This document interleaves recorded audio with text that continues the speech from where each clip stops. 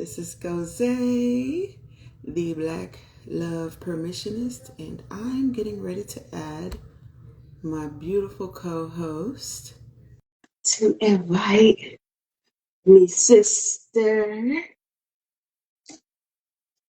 And then we can get this thing going. Bam. Hey. Party up in here. We did it. How do I sound? You sound good. Okay. My earbuds are not charged up yet, so, I don't have them on. Yeah. I can hear you. Cool. It don't sound echoey. Good. You sound like closer than normal, but it don't sound like, crazy. Okay, we'll take it. Try to close this window Getting because chilly. it's a little chilly again. It always seems like around this time the firefighters and stuff be. That's when the sirens want to start up. Yes, the sirens. It's somebody that get off work on a motorcycle around this time. It be the same noises at the same time. Oops, hold on. Get that together. Okay, let's see here.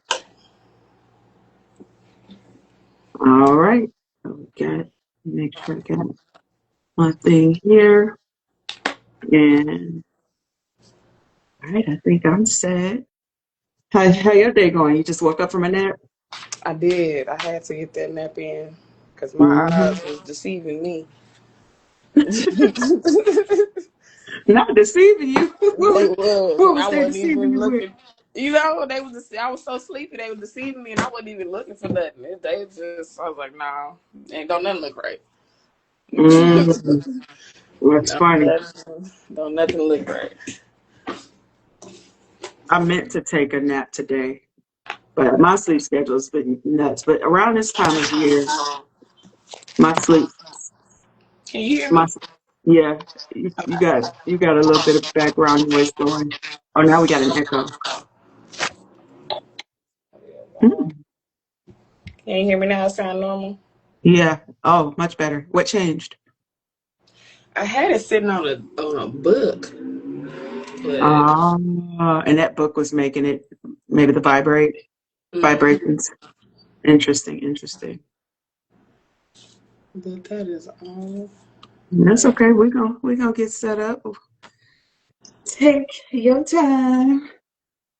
We're having a little sound check. Right.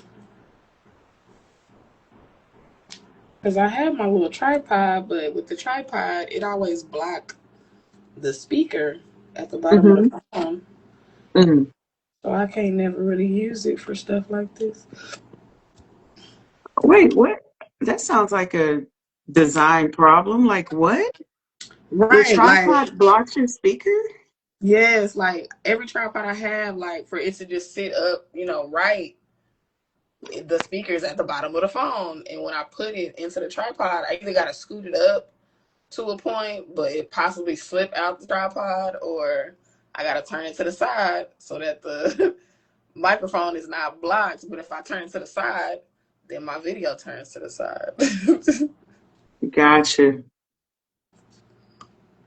Can you even turn your video to the side on Instagram? What happens? Let's see. Oh, Yeah, you snap. Like if I turn my phone to the side, do we look crazy? Do I look crazy? yeah, like if I'm upright, you right now you just like you lay it out. Gotcha. Okay, learning something new. Wow, that's wow. Mine opens like this. So it's like it clamps around the phone. See, mine has two like that. Like the one that clamps, it clamps from the top and bottom for it to Mm, be upright. And from the gotcha. side is if the phone is to the side. Or it could be Um, customer malfunction and I could have it installed wrong. Who knows? It's been like that for years. gotcha. Okay, well, if you're ready to get started, I'm ready. I like to have a conversation going, and then people can pop in when they want to. Yes, But ma'am. I'm not trying to wait. Yeah. I'm just over here writing. Cool. Notes. What you writing? I was just writing down these little things that I meant to do earlier Mm, for the celibacy okay. and abstinence. Oh, well, That's take something no, write that down. just to Take a have moment. to look at. That's really Yeah. why I had everything arranged. I was like, okay, my laptop up. I just gotta hold my phone. That's the only thing. Write your notes, child. I like a note. She said, I like a good note. I have to have notes because, oh, hey, Josh. Um, I like to have notes because, I'm pretty sure I have ADHD. So I have to have like very almost rigid systems to keep me somewhat grounded because we know we're going to be off topic at some point. But I at least like to know that there was a topic and that I'm somewhat sticking to the topic. Right. Something to keep me focused. He says, oh, he's just saying hi. Hey, Quinn's just stopping in to say hi. I'm driving. Can you read the chat today? Hey. Oh, Hey, you can see it. Okay. Joshua. Why is somebody knocking? See, this is what I'm talking about. Hey, Josh. Who is this? Is there a weirdo at your door? Somebody was knocking at my door, but I'm not a friendly person. So Did you even see the person? I did see the person. It's a neighbor from down the way, but I don't speak to I Oh, don't I don't speak like that. I don't speak to him, so I don't know. I don't like that at all. Do they live under you or something? Could they be getting flooded or something like that or no? It can't be no flood. Hmm. Sometimes stuff like that happens. It don't just be me, it be just on this. These apartments are interesting, but when you are on the same floor as people and you pass people by all the time every day, I guess Mm-mm. sometimes if an emergency arrives or they need help or to borrow a cup of sugar, they think to knock on the neighbor's door. But I'm at the moment I'm not that neighbor. Girl, we start, let's see, today's the 21st. Hmm. And we ushering in that crone in a couple days. I know I'm getting less and less friendly by the day. Yes, you see how I was looking. And I probably wasn't that friendly before, to be honest. So, um, And sometimes they be knocking on the wrong door. That's another reason why I don't answer. I was like, you gotta be at the wrong door. mhm. Yeah, wrong Okay. neighbor. All right. Well, let's get it started. Welcome to Relationships and Shit. What up? Our woman cave, where two leader-minded Black femmes discuss what it's like being polyamorous in a mononormative world. So, for people who haven't had a chance to check in our first episode, we celebrated National Polyamory Day, and that was fun. And it lasted about the same amount of hours as a full-time job, but we did it until we couldn't do it no more. And in the episode 2, we talked about what it's like to be polypassionate and polycultural and really multifaceted, and how polyamorous people tend to kind of flow into being really multifaceted people. And I would say fascinating people. Um, Today, True. we're going to touch on abstinence and celibacy and be still poly. Right? Because I think sometimes when people hear the word polyamorous, they have their own ideas of what that means.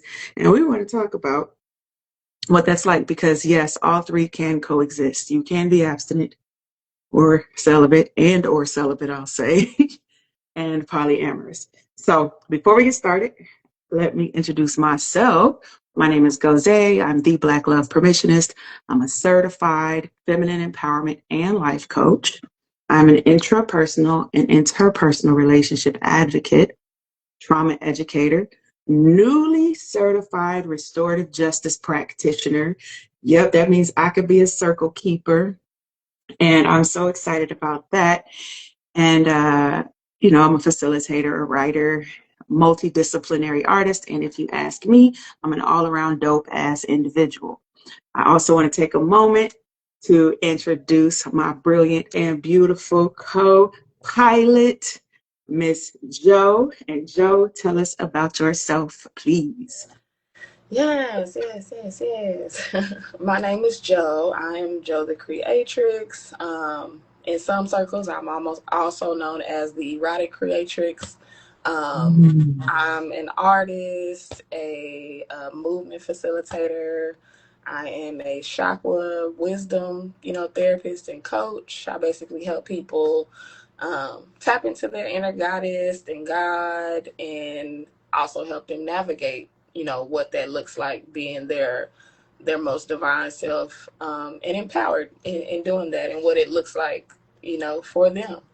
Um, yeah, I'm a yoga instructor, a kink conscious creatrix, which means, you can come to me for things that to others may seem taboo, but in my world, that's regular shit, but empowering shit, not the same.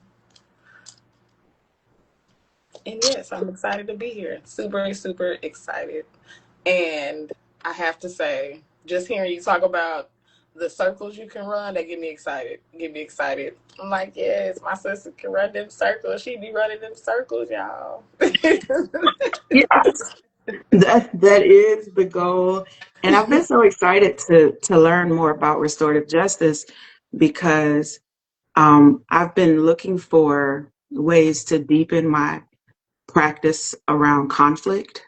And Mm-hmm. I've been developing something, about how to move through conflict with more care. And so that just felt like the missing piece in terms of what I'm trying to do. So I have some stuff that I'm cooking up in the kitchen. You know what I mean? It's not ready to be plated yet, but Yeah. it is cooking. Um, Now, if you've ever joined us in our discussions, we value authenticity, vulnerability, and humor, especially the later it gets. Sometimes these conversations get a little on the silly side. We assume that if you are here, you are one of three things: polycurious, or at the very least, poly-friendly. Either way, you are always welcome to come in here, especially if you are an ally, and we love questions. Now, just a quick reminder, this is a sex-positive place. So nobody's telling anyone how much sex or what type of sex they should or shouldn't be having. That's not this platform. We support all kinds of consensual sexual expression and connection, and we do not kink shame over here. Again, if you're doing adult things with enthusiastic adult consent, then that ain't none of our business unless you want it to be. Unless you Then we spill the tea quick. Let's go. right, I'm like, fill me in. Yeah, you know what I'm saying? Before we get into tonight's grown folks business, I want to start. I wrote it down. I have my notes here because y'all know my brain be squirrel, squirrel. We want to define these terms so that we don't have anybody in the chat arguing themselves into confusion. Okay, so we're going to start with um, the definitions for polyamory, abstinence, and celibacy, right? Because there are some, I think these are important definitions to have this kind of discussion. Um, so these definitions are, again, not moral judgments. They're just shared language for our conversation. So, abstinence and celibacy, they can intersect, and oftentimes they're grouped together or used as if they're synonymous, but they're not. So think of them as cousins. They're in the same family, but they are not the same. So if you're new here, or if you did not know this, polyamory is the practice or capacity to love, date, or form meaningful connections with more than one person at a time, right? Poly meaning many, and the amory meaning love. So being able to have many loves. It's simple. It's all it is. And, I would like to say, Joe and I would probably say that we are ethical in our polyamorous practice, meaning that we are honest. We make sure that the people that we are connecting with consent to what we have going on, and we are transparent. And So I would say we both believe in that. Now, abstinence. Abstinence is a temporary or seasonal choice to not have sex. Now, this could be for healing, emotional clarity, focus, spiritual reasons, or just simply a personal preference. It can begin or end at any time without it redefining your overall identity. Okay. Celibacy. Now, this is a longer term or lifestyle commitment to not engaging in sexual activity. So it typically carries a very conscious intention, spiritual, personal, energetic, philosophical, and this reflects an ongoing practice rather than a moment or something more short term. So I look at it like this, right? In the spirit of Christmas, let's think of abstinence as a season and celibacy as a lifestyle or a lifetime subscription. Now, it doesn't have to be a lifetime, right? But you're thinking of it as the lifestyle or lifetime as opposed to just something that you're doing for the right now. Okay, so I wanted to get that out. We probably will have to revisit these definitions. And the reason I think it's important to be clear on definitions is so that can set the foundation for the conversation. Um, it's important to understand again, they carry different intentions, different timelines, and as they intersect and flow with one another, they can have different relational implications. Joe, did you want to add anything, or was there something that stood out to you? Um, One of the main things that I've always had people speak on, I guess, to differentiate is a lot of times, not a lot of times, but with celibacy, that can potentially also include masturbation. Whereas Mm, abstinence, it may not necessarily include not masturbating. You know what I mean? Like I would consider hmm. myself to be abstinent over celibate because I definitely, you know what I mean? Like self pleasure is very important. Yeah, Even if I'm abstaining, you know what I mean, from having yeah, sex to some degree. But some people it's, penetration, oral and self as well. got it. Ooh, I love that. Thank you for bringing that up because let's get into that. I'm writing the rest of this question because, they got the character limit. Yes. Friendly. I had seen one of my coworkers. Oh, good. Are they still here? I don't know. Is he? Guy, are you in I here? said I waved. Mr. Razard? Are you still here? It looks like it. Maybe he's driving or something. Um, let Yeah. us know if you're here. Yep. Hey. Hey, y'all. Just listening for now. Good stuff. Yeah. Hey. One of my good Welcome. Welcome. friends. One of my good Oh, good friends. we like a good friend. Yes. He's the Okay. guy. Remember when I told you about the safe space conversation that I Tell me did? more. It was like a kinky Q&A, basically. He was my co-facilitator. Oh, snap. Yes, yeah. Okay. Well, we'll have him come up and sit on the couch with us one day. Not now, just listening for now. Got you. But Yeah, no baby steps. yeah, we like to have a person up here. Um, so man, where we gonna start? Where we gonna start? I have so many. Ooh. Okay, so right, trying to keep my mind organized. So you brought up, um, celibacy and self pleasure. hmm Or like how far is celibacy? Does that include, oral stimulation or anything of that nature, or is it just cold turkey? hmm Um, hmm. Yeah, I guess that's where my mind is curious right now. So how would you define it? Hmm. I think me personally, like I said, I've always been in my way to understand and I guess separate them. Like you said, they cousins, but you Hmm. know what I mean. They might be more community cousins than anything. That because the cousin up the street. Yeah. Because I always did understand that, like with celibacy, it is like you said, it's more lifelong or long term. I look at it as like nuns is a really good example for celibacy versus abstinence because they took. I think if I'm not mistaken, I'm not a nun, but that vow also includes self pleasure. At least that's what is communicated. Again, we Mm-hmm. don't know what people do. But when they take a certain vow, or like when a monk takes a vow, it's usually, like you said, very much minimal, non-existent, in a level to like really heighten everything. Not, and I feel like even with that, I feel like that's not saying that to be abstinence means you do not heighten yourself in similar ways. I just think that celibacy has I guess I feel like the discipline is higher because, like I said, I love some self pleasure. I feel like it's very necessary Mm-hmm. in life in general to have that connection, with yourself. But I do Mm-hmm. feel like sometimes there are seasons to abstain from engaging Mm-hmm. with, other people in a penetrative way. But Mm-hmm. in that, you can still engage with people in an intimate way. You know what I mean? Like, it doesn't have to be sex per se. Mm-hmm. Mm-hmm. That's kind of how I look at it. Seasons of abstinence for me are usually ways for me to increase intimacy in my life in a different way Mm-hmm. versus just the physical act of sex itself.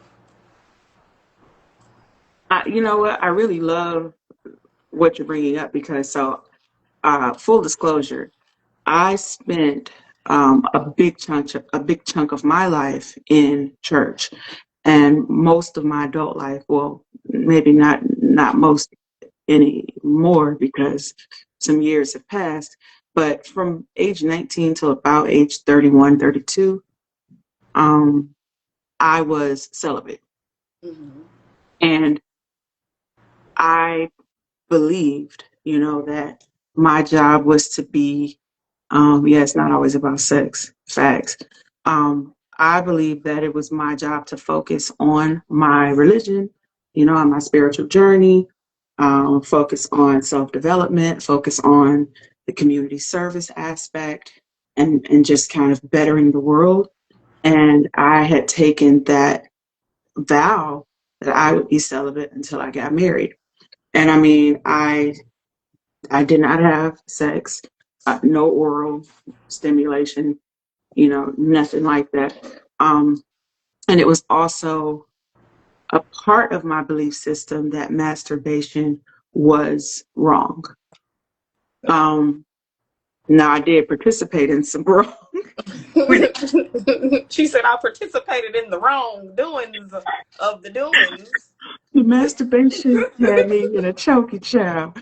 Um, Had you. Hold on. Hold on.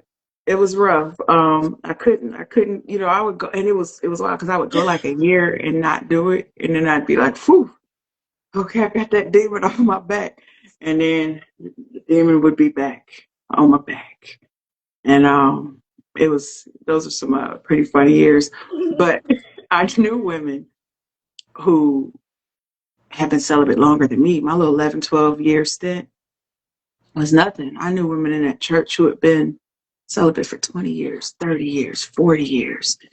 And right, like that's a different type of discipline. Because, I thought I was doing something going over that decade, especially in my 20s, right? Right. And, and tell me, I want to, hear your experience with this because in my 20s, my hormones felt like, and I don't have words for it, so I'm gonna give you sound effects. It felt like in my 20s, right? And then in my 30s, it was like, but it was still intense, but the intensity was more like, and then when my 40s first came, and it was like, right? And I was like, She's like, ha ha. what is going on here? So each decade has kind of hit me differently. So imagine, my 20s, I went that whole decade, no hammer, no nail, right? No. There was a lot of no in my 20s. And I was, so it wasn't that I didn't want it, right? It just, I believed at the time I wasn't supposed to. What's funny? God said he willingly took off 3 years himself, but wow. sounds like perfect. Like he was like, that's what it sounded like or felt like for him too. But no, I like 20s was definitely like, what we doing, where we at, what we doing.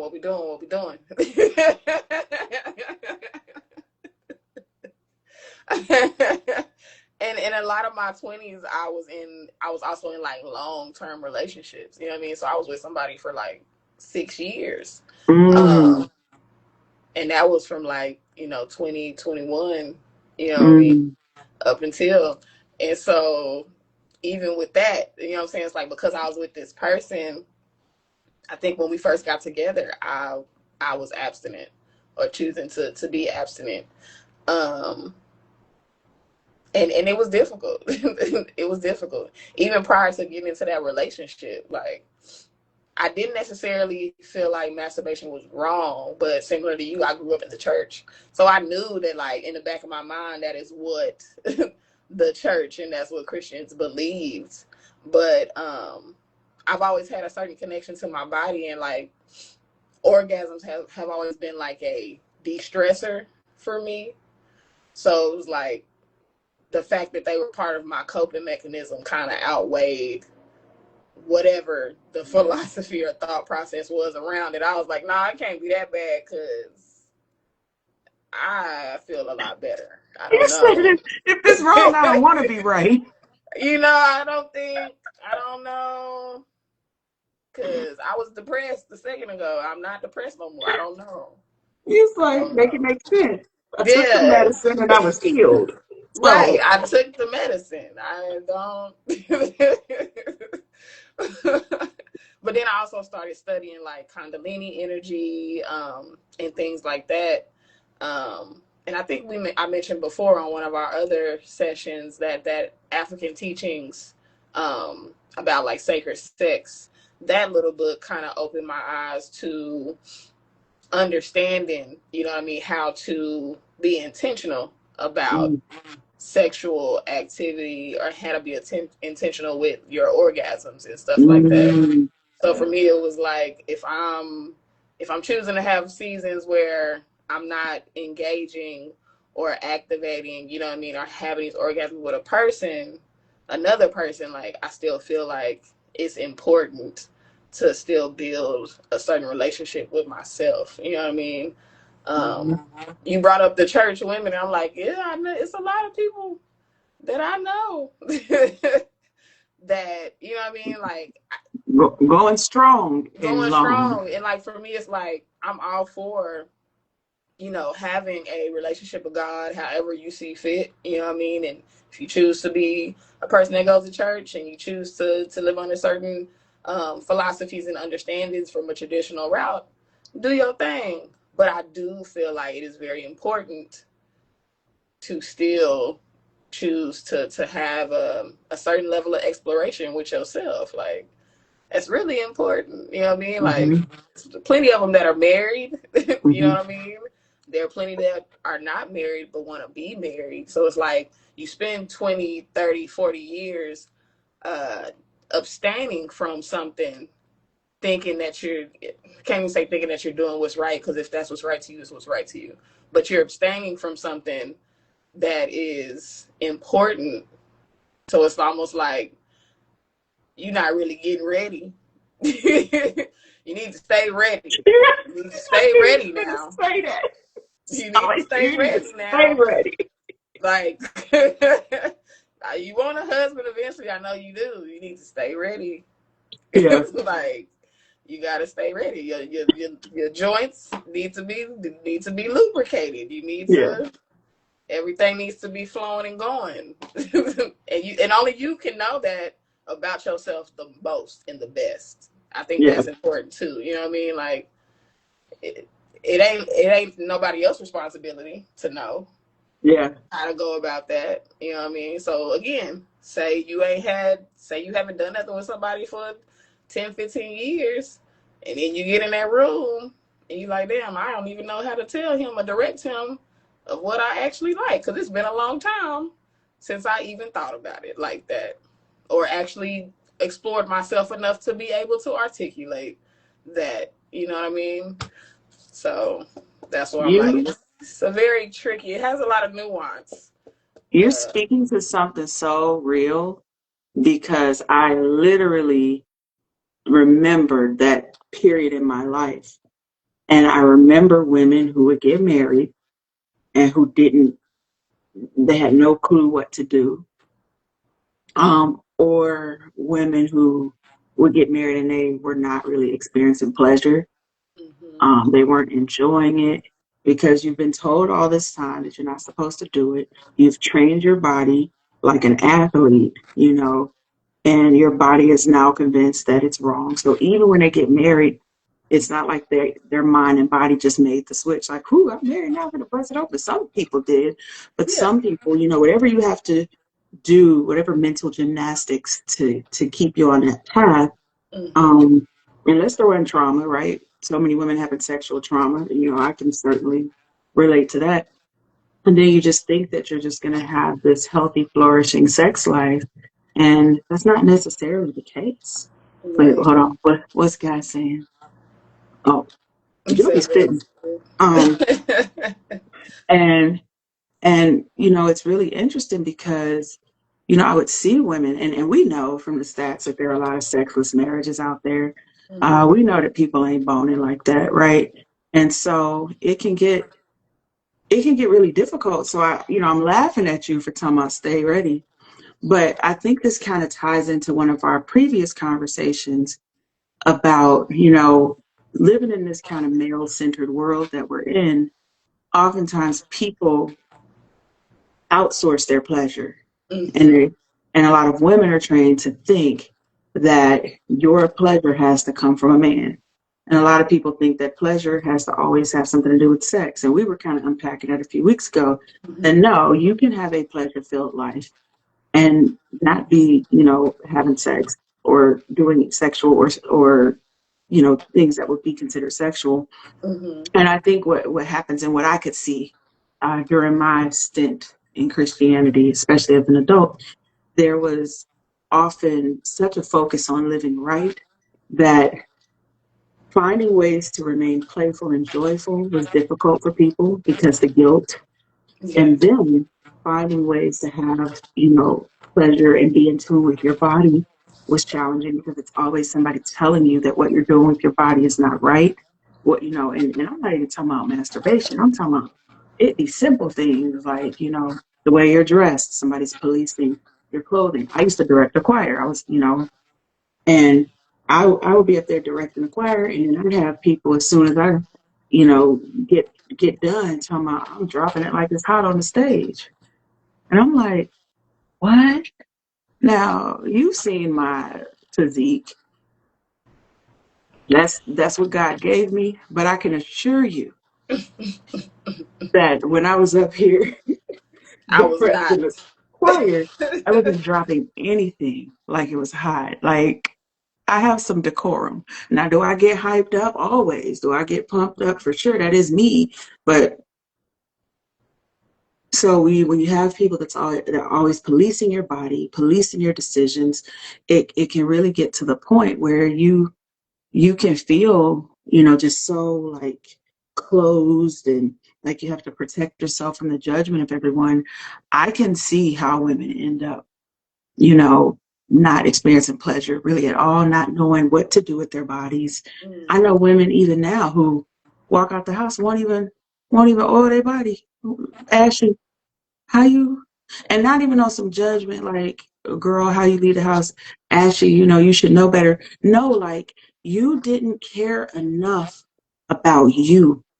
It takes what, 5, 6 minutes, if that. I'm slow, Mm-hmm. to slap a grease, an oil, a lotion, Right. a shea butter on your body. And some people can't even give themselves that. So they're not finna be over here keeping their hips lubricated and their knees lubricated. Right. And They're not putting no oil down in the regions of the things. You know what I mhm, mean? Like, and there are so many ways to, like I said, even I haven't had sex in almost a year with mhm, somebody else, but my self pleasure rituals and routines with myself, um, are so, intentional, even down to my showers, that my process after the fact becomes arousing. You know what I mean? The process of oiling my body down, and oiling my private area, and oiling my hairs and stuff like that. Because again, some people don't treat the skin and hair down there the way they do, their face and the hair on their head. And I feel like you should. Like, these areas deserve, and need, touch and everything too. And it doesn't, like you said, it doesn't always have to be outsourced. Um, I used to know, girls when I was younger that they thought it was just so odd to, like, the thought process of touching yourself and stuff like that. I'm like, so you just never, like, why? And then Mm-hmm. sometimes being in the church is brought up, but then other times I think it also comes down to, like you said, that shame and that guilt, and sometimes the projections that our older aunts or grandparents or whoever, kind of put on you about, like you said, that being inappropriate or nasty or not ladylike. And in my mind, I'm like, so all the things is for the men. Like, orgasms is not ladylike. That's crazy, because it feel ladylike. I don't even know if it feel lady like. Sometimes it feel out of this world. Like, Right, and that too, like, so, like, you sure? Because, like, this feels like a God experience to me. Like, and like I mentioned, he was like, I'm sure y'all can tell the difference in a man who takes care of his body and hygiene, just being, close. And it's like, yeah, that's important too. If a woman sees a man walk down the street and he ain't, and his face is not moistened or something, she gonna look at him crazy. So it's like, you gotta treat yourself in the same regard. first of all, I hate that he went there already. I was gonna maybe talk about that later, but we're here now. We ain't even made it to the after dark portion, but no, seriously. So I wanted to talk about why some women choose abstinence and celibacy, right? Mhm. And one of the reasons is right here. And I think this happens a lot. I hear, you're a woman, I'm a woman. We talk to a lot of women. We've been in situations. I know you and I have been in situations with some of the communities that we've been a part of. And, you know, I kind of broken it down into different sections just to keep me from squirreling, but we finna squirrel. But the four reasons why women would choose abstinence or celibacy, right? We're going to break it into emotional reasons, spiritual reasons, which we just talked about, health and hormonal reasons, and then autonomy and preference, right? And we're going to, get into some of the details. And we also know sometimes it's not even that deep. Sometimes it's just, I'm tired, unhand me, sir, leave me alone, ma'am. I Right. just, no. Sometimes you just look up and you like, damn, it's been 10 months. I didn't know. The answer is just no because I said so. Um, and that's just on period. He, she, them, or they. Everybody get the fuck away from me, right? And that's fine. Um, but what he's bringing up, I've seen this happen a lot where women will find a man attractive for whatever reason, and then you get close, physically close, and then you start noticing things. The breath is what happened there, right? And then you got to think, if we're getting close and we're flirting and we're perhaps interested in some under the clothes touching, as a woman, if your breath is doing something weird, then I'm already scared about where you're going to put that toxic dump of a mouth on my person. Like, where are we going with this? You know what I mean? Your nails. Every time I see your nails, you don't work on cars. You're not a gardener. You, but your nails are filthy and jagged. You don't even work hard. Because if you worked hard, then I understand. You know what I mean? I'm gonna have a bath waiting for you. But you don't work hard. you're just out here with these foul fingers looking like it just been, I don't know what you're doing here. Or you'll notice, body odors, and you don't know, is this a health complication, or is this you just don't wash your hands, you know what I mean, like, or you don't wash it properly, or you have dingleberries, or You know, just, smelling like turkey balls, and it's like, why? Why is that coming from above you? hey, welcome, welcome.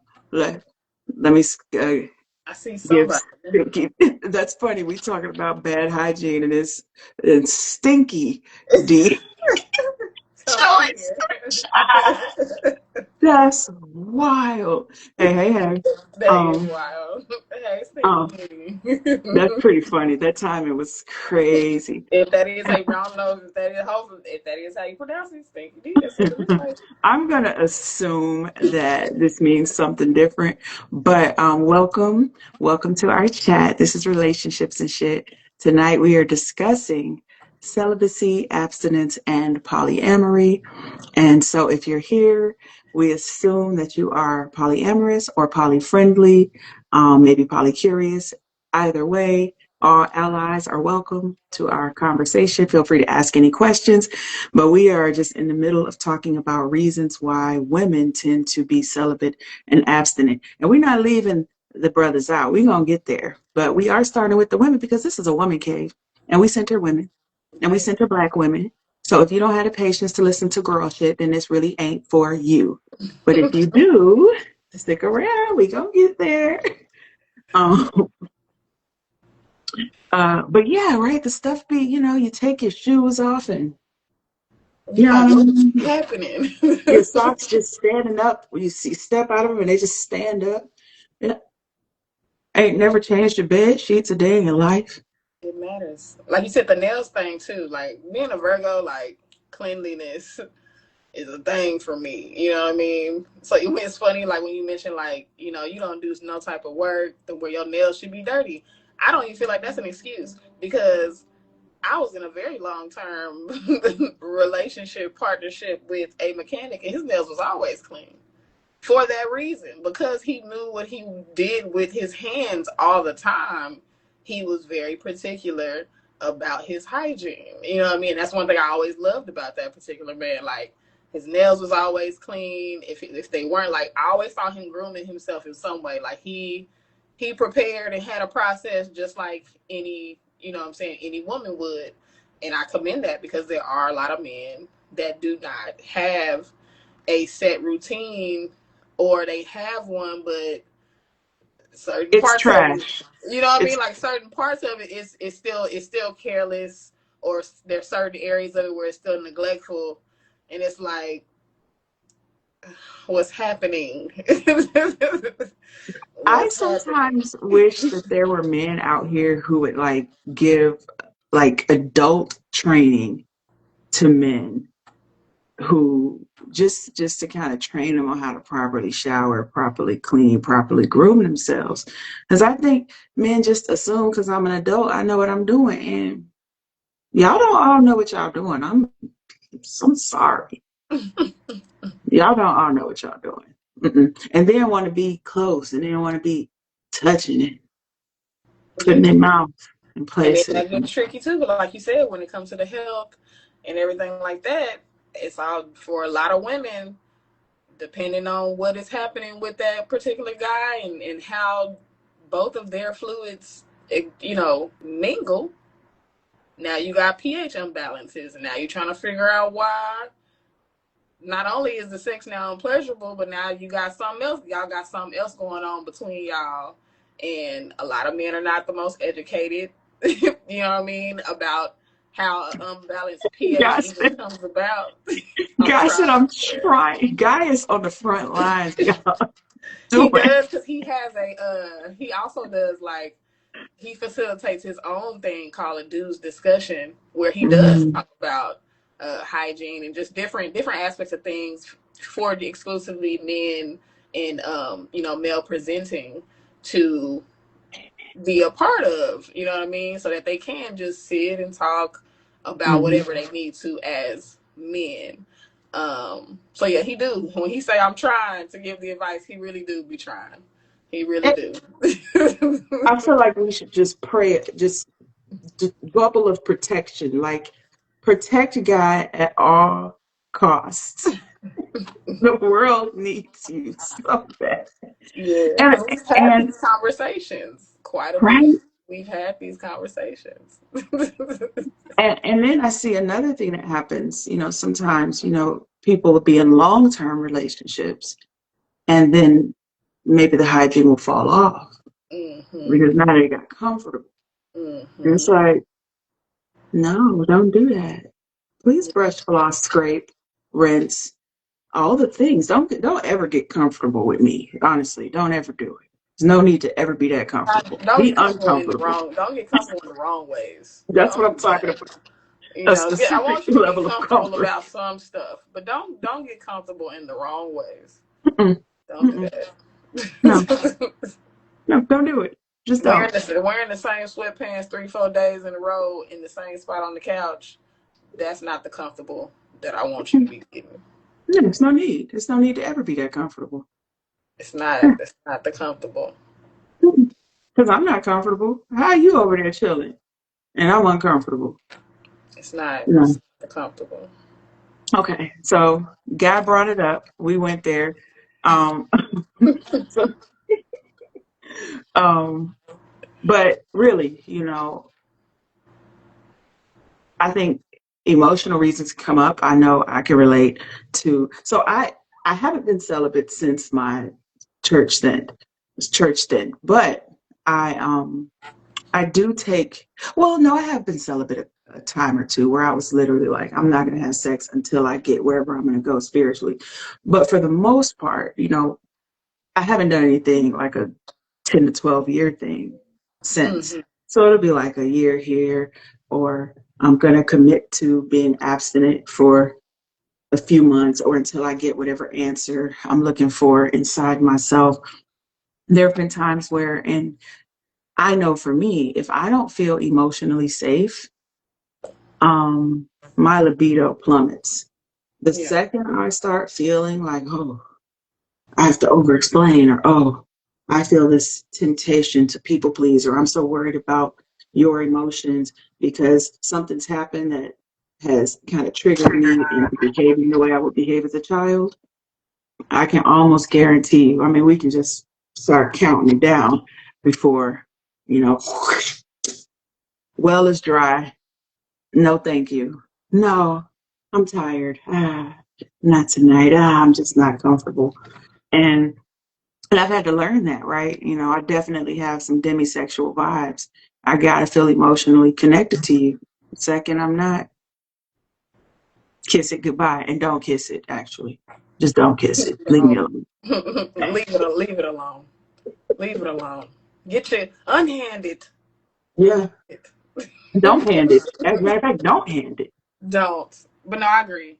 I agree. I mean, I feel like that's like a. I don't know. I would say for a good chunk of people, that's a part of the journey Hmm. as we grow older and wiser. Like you said, in your Yeah. 20s, when everything is like ding, ding, ding, ding, ding, ding, ding, ding, ding, ding, ding. um, uh, you may choose to deal with certain things Hmm. emotionally because you're still in that curve of figuring out how to navigate relationships in general. And sometimes I feel like, well, for me in the 20s, I did put a lot of my needs and desires when it came to emotional needs, and communicative needs to the side in order to, uh, in my mind, tell myself that I was keeping the relationship, together. My loyalty to the relationship Hmm. outweighed, my needs and desires emotionally. Even if I Hmm. knew, sometimes, like you said, there were things happening that were slowly making me more emotionally removed Hmm. from the person because I wasn't feeling emotionally safe. And Hmm. sometimes the easiest way to deal with that without it necessarily being a argument was to choose, like, you know what, okay, for spiritual reasons, we not finna have sex right now. And because I was monogamous at the time, I'm with this one person. And if I tell this one person, you know, we not doing that right now. In his mind, for a little bit, he gonna feel like, well, shit, I ain't got no choice. This is my gal. You know what I'm saying? If this is what she want to do, I guess we on the spirituals. Now she didn't took me on a journey. I don't know what's gonna happen to me, but I love her. This is what she said she want to do. So this is what we gonna do. When really it was, sometimes I can't say that 6-year relationship. There were moments where I was more so, fearing to communicate because of the emotional, unsafetyness, and so it was just a whole circus of bullshit that didn't have to happen. You know what I mean? Like, did we not have to abstain? Not necessarily, but it did help us grow in certain ways. You know what I mean? Our intimacy with each other, our understanding of each other. Yeah. Through when we would take those few months. Of course, like I said, I love orgasms and Mhm. I love sex. So Mhm. the Mhm. temporary was very temporary. It would be, a couple months. But that was me being realistic, to me, realistic to the point that, like, at the end of the day, this is still a man. Mhm. Yeah. And, a man has needs just like I have needs. You know what I Mhm. mean? Like, and again, because we were seemingly monogamous at the time, I didn't have the tools I have now. So it was like, Mhm. I want to do these things where sex is not the focus, because there are things about celibacy and abstinence and sex in general that a lot of men don't always get the space to unpack either. You know what I mean? Like, the first time they had sex, and them never really correlating how young they were when they first had sex with the level of which they feel like they have to have sex as an adult Mhm. now. You know what I mean? Mhm. Like, Mhm. to have sex and to be able to have sex becomes a part of their identity, because Mhm. it became a part of their identity at such a young age. You know what I mean? So then when they Absolutely. meet a woman that is like, no, I don't. We don't have to do that today, or I'm not. I'm energetically, I'm not with that today, or like, because again, because I'm a Virgo and my hygiene is important, I would go through detoxes and cleanses sometimes, you know what I mean? Like yoni detoxes and stuff like that. So it's like, you can see with your own eyes what I'm doing. And so when I tell you, like, we got to have 3 or 4 days, of a pause, which really, me being me, I'll personally go through for a week to fully, for the cycle of the yoni cleanse to do what it needs to does. Um, that particular person at the time would get upset. Like, very upset, you know what I mean? And we had to talk about that, because in his world, from the moment he started having sex at a young age, middle school, high school, whatever, no girl had ever told him no. You know what I mean? If he was in a relationship, if that was his girlfriend and he wanted to have sex, they were always down to do that. I was raised in an environment where if I want to say no to something, I can say no to something. You know what I mean? And that's what it was. It wasn't like I didn't love him and didn't want to. There were just moments where it was like, just, not right now. And he couldn't comprehend it for the world to me. He couldn't comprehend it. And that'd be rough. That'd be rough. Or some men that want to abstain and they deal with women that get mad at them for abstaining, or women that will question if they're gay or not, simply because they have the ability to Mhm. say no. Yeah. I was Like, in I was yeah. in a situation with a man. We had talked a lot of shit. A lot of shit had been talked, and we ended up in the bedroom, and things started happening. And he shut it down. And he was like, Jose, we built this thing on love. I want to keep it there. I don't want to go any further right now. Even though, you know, we both knew what this was going to be. I don't know exactly what happened, but in there, he was like, mm-mm, I just want to keep us moving in the direction of love. And so I just want us to stop right now. So we did some touching. We did a little light playing. And We snuggled, and then he spent the night and left. Um, and I can only respect it. Mm-hmm. What was I finna say? Oh, what's wrong with you? And I was shocked. Mm-hmm. But, and I think sometimes people are not sure what to do with their egos and perceived rejection. That can be really difficult Yeah. when you're not sure what to make of that. And I also thought about what you said, he had never had a partner tell him no, which for me is almost a red flag. Um, and I don't know this guy. I'm just listening to what you said. But I think, sometimes because the conversations around consent can be blurred, I think, and I think the stats would support what I'm saying. A lot of men are not getting enthusiastic consent from women.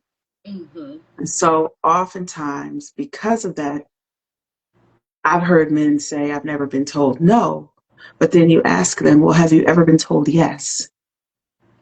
And if, depending on how they answer that, you get to learn a lot about how they're really moving, because a lot of male movement, and I'm not necessarily blaming individuals, the culture we live in really supports sexual coercion. Mm-hmm. And I'm like, if a man, exactly, sounds like he wasn't a safe person to say no to. If a man is saying, I've never been told no, and it's now mind is glitching because you're saying no, I'm looking at him like, sir, you need a class on consent, because Yeah. this is how. I don't Or we care how also gotta horny a think woman like is. it's like in high school. I'm pretty sure there's like a lot of young ladies who got in a relationship at that age, and in your mind, you don't want to be considered a high Sally. You don't want your boyfriend at that time to go be with someone else, even though y'all only in high school. You know what I mean? So like, you're gonna comply or you're gonna say yes. You're gonna be agreeable even when you don't want to be agreeable. That's how young girls in high school end up walking around with not the best health practices, hygiene practices. You walking around with BV or whatever because you're scared to tell your boyfriend no, because like you said, when you do tell him no, he gets an attitude, he has a tantrum, he reacts in a way that makes you feel like, okay, well, let me do it so we don't argue. You know what I mean? Let me do it so we don't have to fight. You know what I mean? And it's very, like I said, at that young age, it can be very easy to go that route, and those young ladies and young men turn into then adults. You know what I mean? And like you said, you got, I think at the time, that particular person, we was together for 3 years, and so it wasn't until like a year and a half. You know what I mean? I started going through more spiritual stuff. So I did start doing certain detox.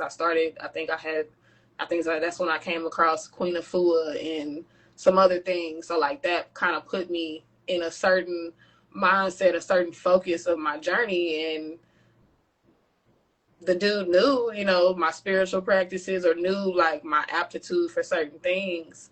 So I was really surprised when he responded, that way. And it did make me have to look at him a certain way. And of course, the relationship didn't last too long after that, because I was like, yeah, this is not good. If every time I say no to you and you can see the legit reasons why I'm saying this, you assume I'm saying no to you because I want to be with somebody else, or I'm saying no to you because I'm involved with somebody else. That is a crazy way to think.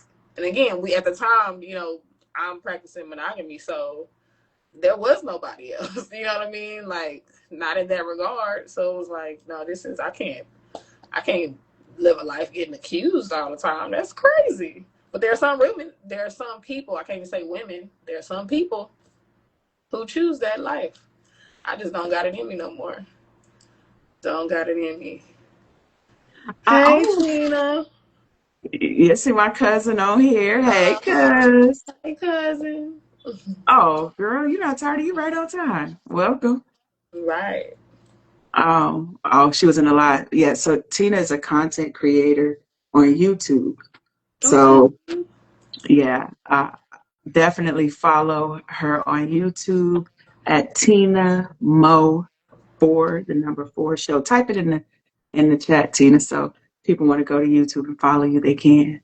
Yeah. Um, but I think that monogamy culture almost lends itself to sexual coercion Mm-hmm. and this pressure to always be sexual because there's this idea, well, if you don't, another person will. Mm-hmm. If you don't give it up, people got needs. And, so what's going to happen if you're taking a break for yourself, then what's going to happen with him? And so it turns into a lot of having sex. Because you feel pressured, because you feel like you have to. And Right. it can be really abusive because, again, if I hear a man say a woman's never told me no to sex, I'm already going, you sound like a criminal. That's just how my mind works. Because again, I'm thinking, has a woman ever told you yes? Right. Because I'm thinking steps are being skipped. Because are you ever checking in and saying, hey, do you want this? Can I do this? Would you like to? Are you in the mood? It seems like things are getting hot and heavy. How do you feel about us doing this? How do you feel about this? I was in a live recently where a man, it was so telling. He said, well, I just don't understand, all this talk about enthusiastic consent.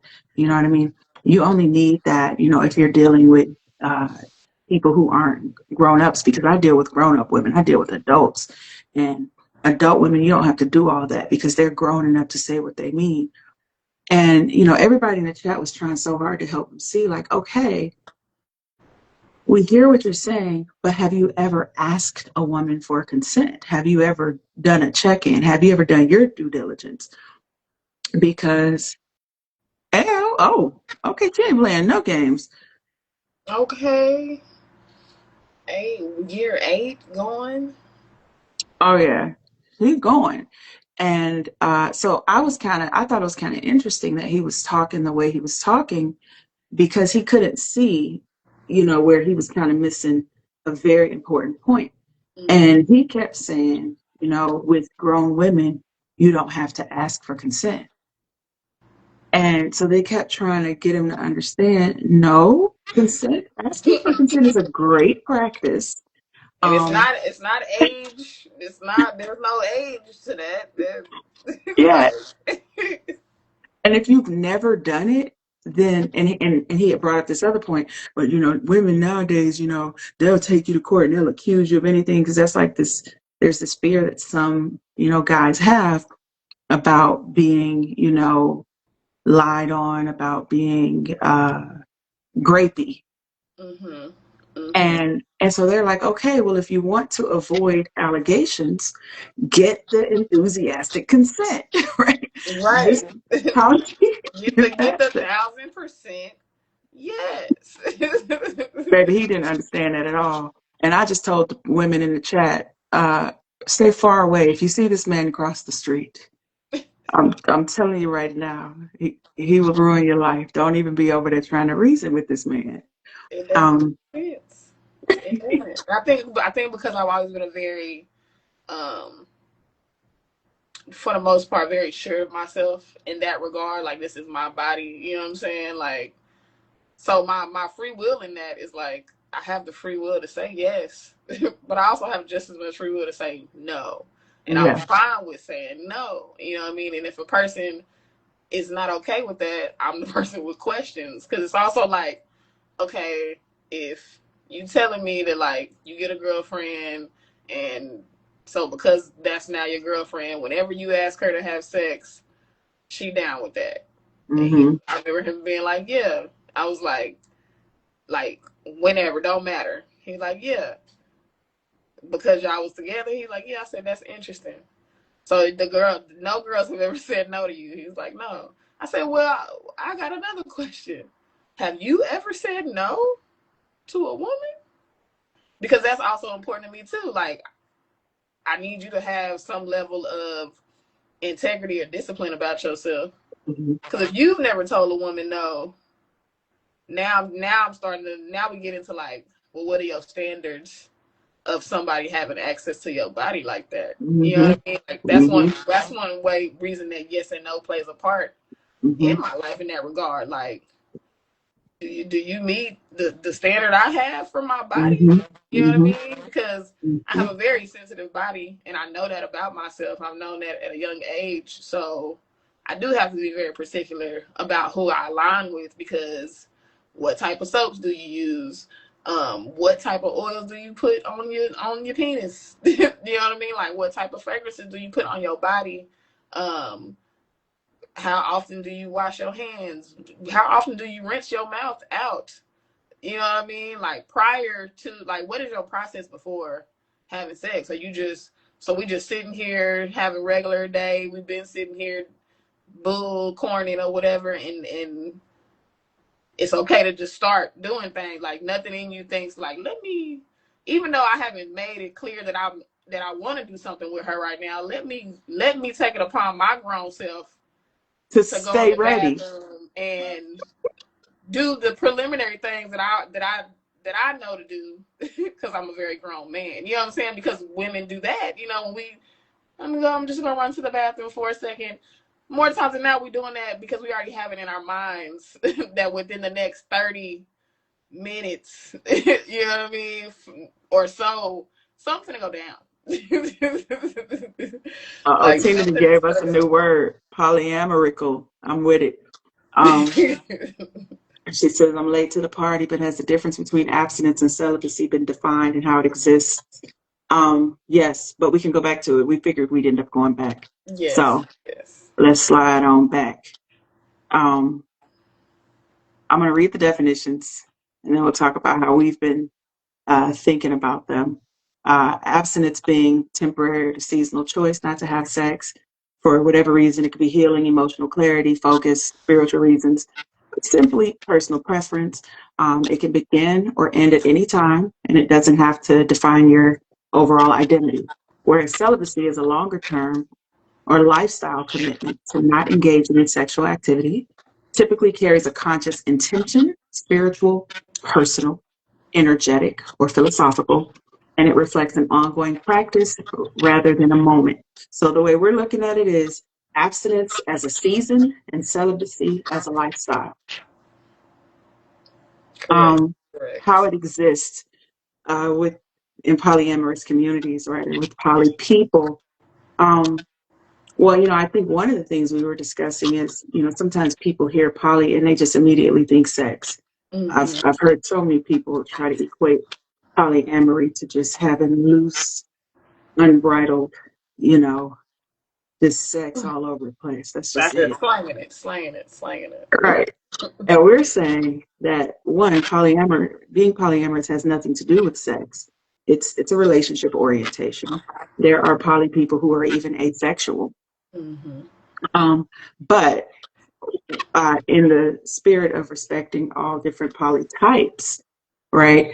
Um, Joe and I have both had periods in our life where we have been abstinent. I've definitely been celibate. I talked about, celibate when I was in church, like 10 to 12 years. I've been celibate, a time or two out of church. And I tend to take periods of abstinence, especially during something happens like between that monk phase and that conservationist phase for me.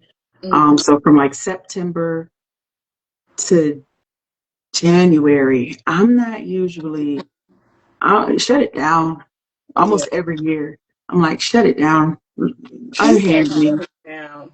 Yeah, I need to go inside me and I don't need you inside me because how I'm going to be inside me and you inside me at the same time. Like, How we both in the side of me. how we both over here? Every time I'm in the kitchen, you in the kitchen. You in the kitchen. In my goddamn refrigerator. But yes, and then I would say, like you said, for me it's been more seasons of abstinence because As I mentioned earlier, a lot of people do, when it comes to celibacy, for some people that does include not self pleasure. You know what I mean?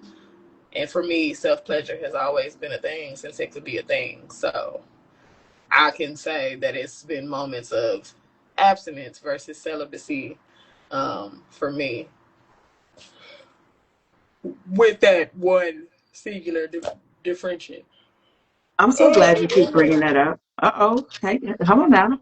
We didn't even get to the poly after dark part. Like, Um, shake it we ain't off. even Um, so get my Joe brought eyes, up, what'd you say? trying to get my eyes open. Joe brought up, oh, I tend to experience the same thing around those times of the year in the past. Oh, okay. Yeah. Okay, right. The seasons. Joe brought up earlier, people who tend to be celibate often tend to, sometimes she's noticed can have different viewpoints on what the celibacy consists of. Is it just no penetration? Is it no skin to skin? Is it no oral stimulation? Or, what about self pleasure? And the different ways that celibacy can show up depending on, the person who is choosing celibacy. So that was something that came up too. If you want to chime in on that, your beliefs, what you've seen, what you think about that, questions are welcome. We like vulnerability and authenticity over here, and we are always open to some good humor. Right. We love a good story time. Spill the tea. Like we Right. shared earlier. We give y'all all the story time. We love a good story time though. We love a good story time. But yeah, If no, you, I agree. I was telling somebody like after September, like from October to about February, it's very inward. I'm very inward. Like it's way less, interaction or intercourse with other people versus the relationship with myself. It damn near it's either not happening or it's very minimal. And I have a lot of friends that are like that too, men and women who choose, certain seasons of the year to take a abstinence. What do the boys call it? The homies that I know, they be like, had to take a little sex break.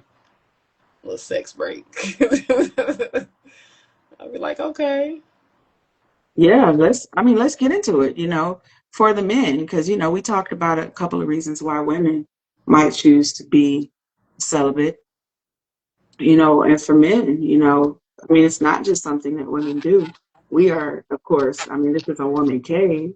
So, we're going to always censor the Black woman in this room, but we love men and we especially love Black men. And I was thinking about, the ways that abstinence or celibacy can show up in men. Like I said, I was in a situation, clothes off, skin to skin with a man who said, hold on, we started this thing based on love. I want to keep the love. You know what I mean? Like, I'm not ready to take this any further. And it just was what it was. Oh, hold on. Someone I've been chatting with, you can tell she's more about the snuggles. It's colder out and such. Ah, get that body heat. what's that? Body heat. Oh, hold on. Tina said, I'm not clear on the different facets of celibacy that you just named. Okay. Uh, do you want to just jump in the room with us and tell us, what, because it might be easier to talk. Yeah. Um, Mm-mm-mm. Yeah, it is that time of year where folks do be trying to, they be trying to spin the block to get yeah, some body heat. the And I body heat realize is real. some people, if they spin the block, they don't even want the sex. Like I said, they just want a little snuggle, cuddle Man, up on. That's all they be wanting. And sometimes that's what's needed. I miss yeah, a good, I miss a good, uh, yeah, yeah. just, the arms around you. I miss it. I Big miss spoon or little spoon. I'm into Right. all of that. Sometimes I miss being the big spoon. I do. I do. Yeah, I love that. And that's usually what I want during those months when I'm not really feeling sexual. Hmm. But I find myself craving more closeness, more. You don't have to go on the on. You don't have to come on, cousin. She said I could. I guess. Oh yeah, yeah. If you don't want to, it's up to you. We only want enthusiastic consent. We're Yes. not trying to coerce you into the live cuz. Yes. But no, for celibacy, we were just talking about. I don't think they're necessarily like different facets of. We were just talking about how when it is defined, celibacy is looked more so as like long term, lifestyle. An example I gave earlier was like, when nuns take certain vows or when a monk takes certain vows. A lot of times that does also include masturbation. You know what I mean? Because for me, I look at celibacy like a more like a next level of discipline. Like both take discipline, you know what I mean? But celibacy, because it can potentially include to not, self pleasure, is an extra level of discipline. Because I know a lot of people, it ain't nothing to not interact with another person, but tell them to keep their hands off themselves and they might be out here I know you cussing fucking hoes now, lying. y'all. Just let me just for a little bit. Can I just for a little bit? Just for a little bit. You know what I'm saying? Like there's some people that could not, couldn't. Shoot, I'm one. It's I don't know. I could probably go some months. But We eventually, we talked about it earlier.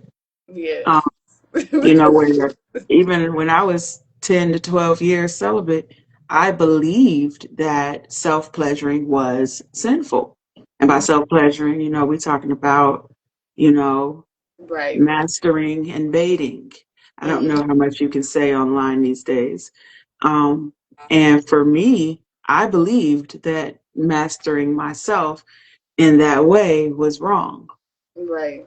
And then I also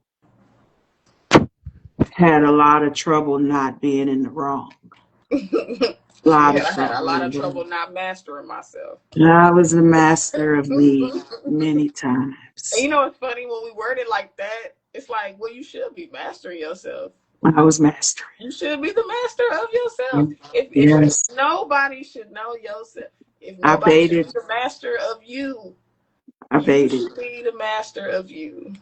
To the I babes. was, I was, but it caused me a lot of pain. I should do it. Uh, instead of hot and heavy, right? Right. Warm and Right. Just snuggly. talking and laying in bed, it'd be the best. I love that. Has the link already been sent? Oh, my bad. She like, No, it girl, hasn't. get Do to you it. want? I'm Hold on. Do telling. you want the link sent? Is the question. You said, get to it already. Is I'm in or is I'm out? Hey, cousin. Hello, how are you? Good. So good to see you, cuz. Hey, cuz. Always good to share space with you, talking as we One, do. I most certainly was not expecting to uh, chime in on this topic. However, I find it so intriguing, um, especially with never really considering how there are so many people that are celibate and still self pleasure. Mhm. With that being the case, it made me wonder also the other things that you were explaining a few minutes ago as it pertained to the different facets and expressions of celibacy of which you were talking about because I had never heard of that. I have a church background, and so all I know is the Jesus in the steeple. As far as celibacy is concerned. Outside of that, I just wanted to know. I was like, okay, so what is it? What were you talking about exactly? Or could you at least go over the things that you had just named? Because I don't know if Okay. it's if there is not a cap on it um as it pertains to expression because it's something I've never even considered. Okay. Joe, do you remember what I even said? Because you know my brain. Um, Uh, I we wonder what I said was saying when she asked. Hmm. yeah, we were going through the I guess for us or me the difference, but the main thing that differentiates celibacy and abstinence. That's why I was Right. saying like I would consider myself to be somebody that goes through seasons of abstinence because I Hmm. do still self pleasures of self. I do, and most people that are celibate do not engage in the pleasures of the self. Some do, and that's in my mind. I feel like it's okay, because like I said, we talked about that earlier. How I do feel like the connection you have with yourself is important, but everybody has their reasons and understandings of the levels of celibacy and how what that looks like, for them. Yeah, and I think We said a lot. We said a we were lot. talking about, Tina. Maybe this is, you let me know if this is what was said. I know we were talking about, you know, celibacy can look different for different people. Yes. And this was my experience as someone who was celibate for over a decade. Uh, I I knew a lot of people who were also Christian, and some Christians believe that celibacy meant nothing, right? No, no penetration, no touching of any genitals from any body, including yourself, no looking at anything sexual, just kind of cutting all sexual things off for as long as you decided to be celibate, if that was until marriage or if that was just a vow of celibacy you took. We were talking about how different people interpret that even in religious settings. Mm-hmm. So is that what we were talking about? Is that the part that you were asking about? Yes, most certainly. Okay. So yeah, even when I was a Christian, I knew different Christians who practiced celibacy differently. I Mm-hmm. knew what I was doing, and I knew what I was trying to do. But everybody didn't, everybody I knew wasn't necessarily practicing the same way I was because everybody didn't have the same understanding of it that I had. Now, I guess okay, so I think what I had in mind also, which was because that was a two-part question about celibacy and how that plays a role in polyamory or polyamorous relationships. Because I'm like, I'm still in a place of trying to understand because there's a lot I do not know, and of course I don't want to be offensive, but it's one of those things of, okay, I'm just trying to grasp what's being taught to me in a way that I can maybe identify with or at least have some kind of understanding about. Um, because there was something noted about celibacy. Oh, a matter of fact, I think it's in your pinned description about polyamory, abstinence, celibacy, and I'm like, how does that work in a polyamorous setting, if you will? I love that question. And we talked about that a little bit earlier, but we figured we'd be back here. So it's just time. We knew it was coming back around. Um, so first, earlier we defined all three words. We defined polyamory, because some people don't even know what it means. We define celibacy and abstinence. So we're going to go back to our definition so we can ground ourselves in the same definition. And polyamory is simple. It's the practice or capacity to love, date, or form meaningful connections with more than one person at the same time. And we would like to add, just because of our own personal ethics, with honesty, consent, transparency from all involved. But the definition of polyamory is very simple. Poly means many, amory means loves. So many loves. Being able to love multiple people at the same time is polyamory in a nutshell. That is all it means. Some people think that polyamory means, something more. In the Maybe swinger. sexually fluid. Yeah. And it has nothing to do with that. It is simply being able to love many or more than one hurt people at the same time. That's it. So in polyamorous relationships, or if you are a polyamorous person who might not be partnered, right? Because there's a lot of poly people out here who are not partnered. What does that mean for you? I am a polyamorous woman. I am also abstinent, right? And I have been abstinent for a minute. Even when I was partnered, I was taking breaks. And let's throw something else in there because we were talking about reasons why women find themselves poly. We talked about some of the emotional reasons. We talked about some of the spiritual reasons. But let's get into health and hormones.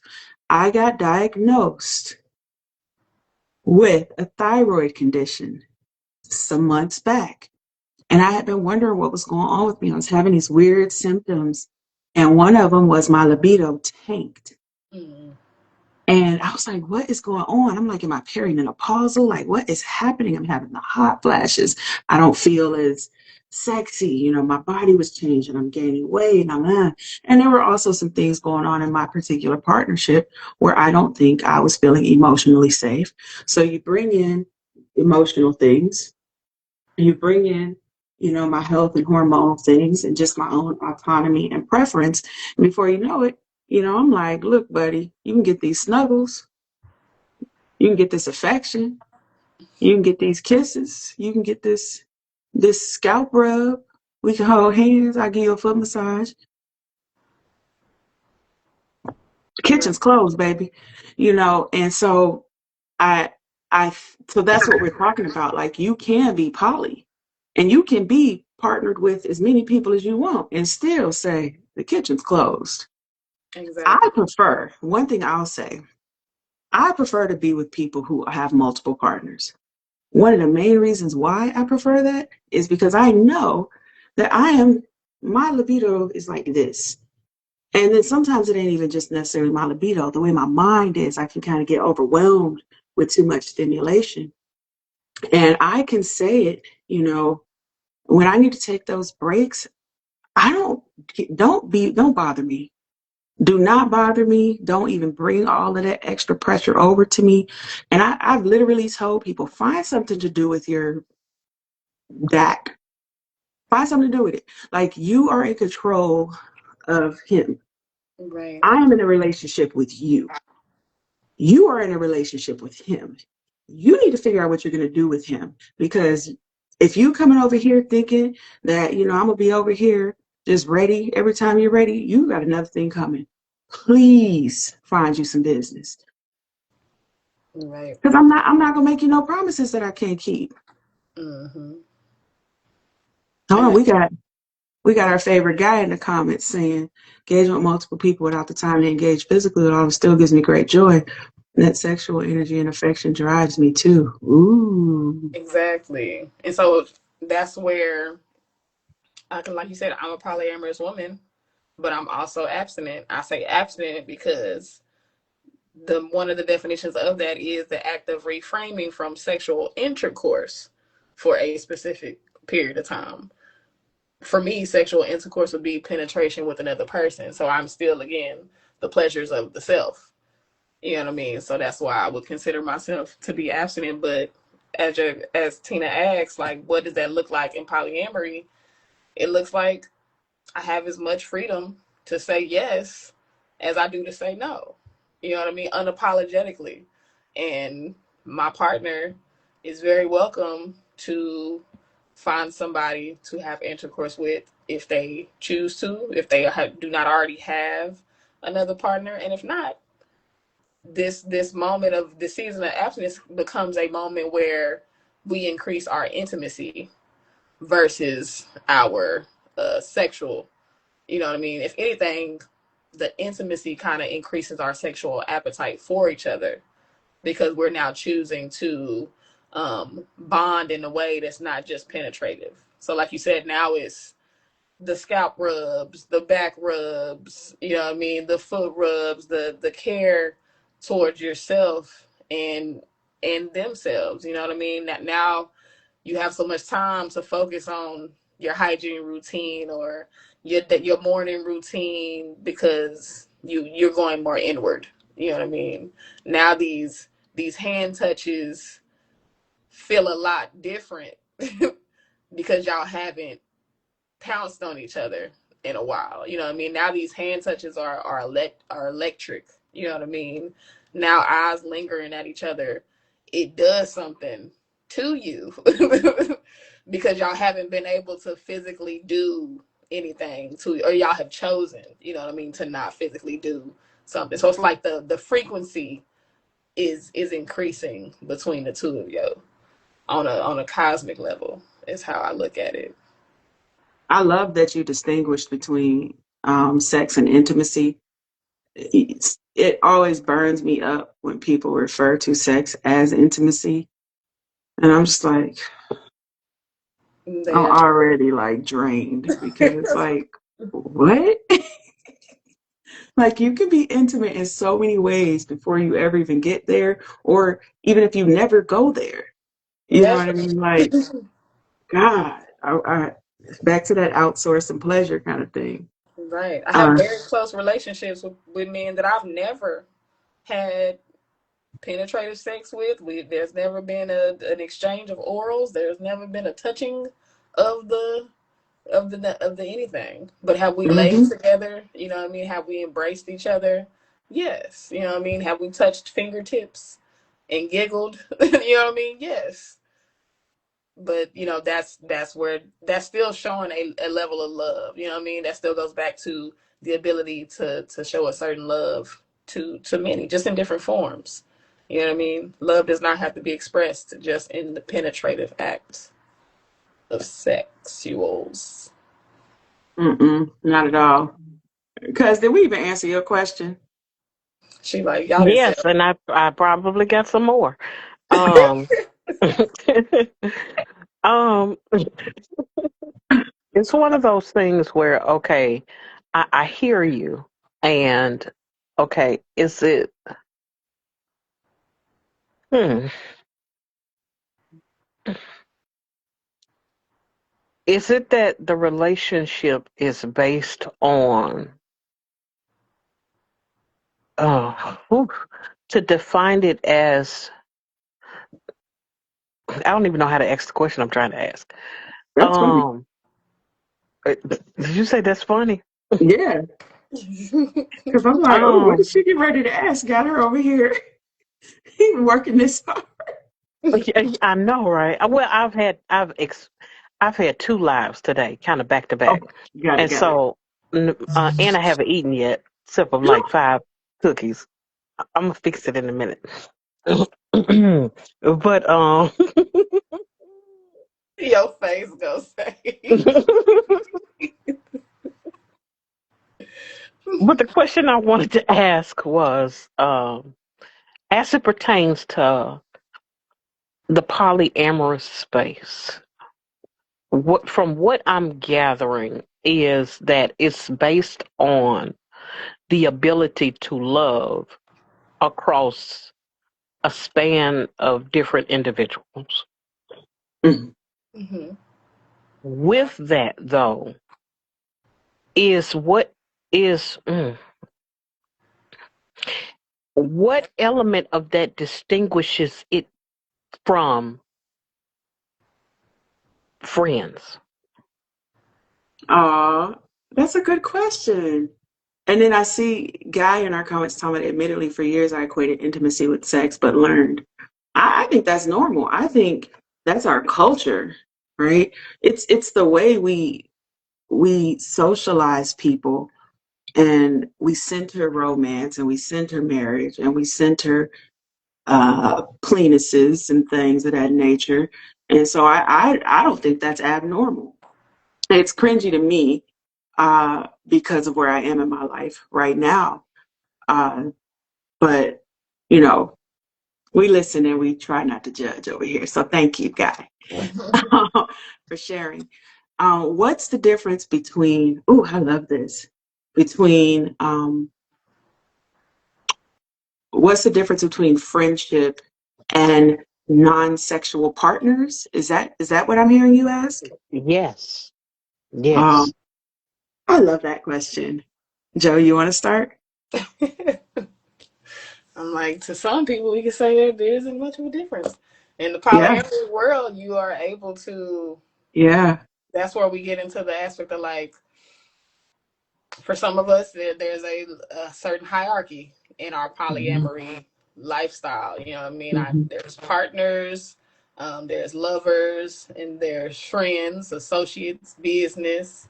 There, all of them can have a level of fondness in some way. But yeah, I mean, my friend would be non-sexual. But does that mean, like, to a point, some of my friends, we go together real bad. Me and some of my friends go together really bad. I treat my friends the same way I would treat a sexual partner. Just there is no sex. You know what I mean? Like, there's a certain level of intimacy and care that goes into my friendships. Um, but that goes into the ability in the polyamorous world to love more than one person. A lot of people in monoculture, um, their partners sometimes may feel a way about how close they are to their friends. You know what I mean? The amount of time they spend with their friends, even if that friend is non-sexual, they just may have a feeling towards that because there are some people in the monoculture where it's like, okay, well, if you my man and I'm your woman, then it's just me and you against the world, and that means you don't need no friends, and I don't need no friends, and we don't need nobody. It's supposed to be just me and you, but that's not really realistic. You know what I mean? In the long run, because even though if you may have found your person, you still need community.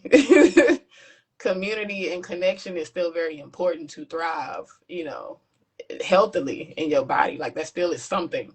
You can't just have that one person. Like we've discussed in previous, sessions. You can't look at to one person to fulfill all your needs. You know what I mean? Your friends are necessary, and those friendships can be however you would like them to be. In my world, in my world. Yeah, and I can respect that. I think really what it comes down to, and of course it's going to differ from person to person, but I think the main thing that distinguishes a friend from a non-romantic partner, even if you're just not romantic or sexual for a certain period of time, because, and I don't like even using romantic and sexual like they're interchangeable because they are Yeah, not. they not. Um, but I think what what I would say is it's the intention behind it, right? What are the agreements? Um, how do we handle, you know, escalating this relationship? Like where are we going? What is the form and function of our relationship? Are we both agreeing that this is a platonic friendship? Or is this more than a platonic friendship? Because even friends, it can get, there's a spectrum. Mm-hmm. You got people out here, and I tend to date my friends. Right. So for There's me, a spectrum of agreement. yeah, there's a lot of overlap for me because you can hardly even get over to date me or become my partner if we don't have a A friendship friendship. already that's working. So, for me, I would say those lines can be blurry to the outside looking in person. But I think, it's really what your expectations are, and they need to be spoken, if you ask me. Um, and what is the romantic or emotional commitment? So even if we're agreeing that we're not going to have sex, whether it's for a certain amount of time or this is, just what we are, it needs to be agreed on. We need to know what are our obligations, what are our roles, how are we going to connect? And that's really what determines the difference between a friend and a romantic partner. It's what the two people involved in it decide for themselves. Oh, hold on. We got some more stuff here. Come on, guy. I would say most of my romantic partners and people I play and chat with are friends as well. And even with shared fantasies. Again, no sex though. I like this. Not all of them. Right, right, right. I feel you. Yeah. I agree. And it's just something about, like you talked about earlier, like when I am engaging in sex, there needs to be some foundation. Like if I don't feel emotionally safe, that's nine times out of 10 times out of 10, it ain't happening. And one of the ways that I can feel emotionally safe is building up a friendship. You know what I mean? So like I have to build a certain friendship, and if that friendship never actually, if we choose to never go that far, then we choose to never go that far. You know what I mean? If neither one of us never presents it, like, hey, have you ever thought about, or maybe we should, you know what I mean? Then we just stay those friends that have a certain, adoration for each other.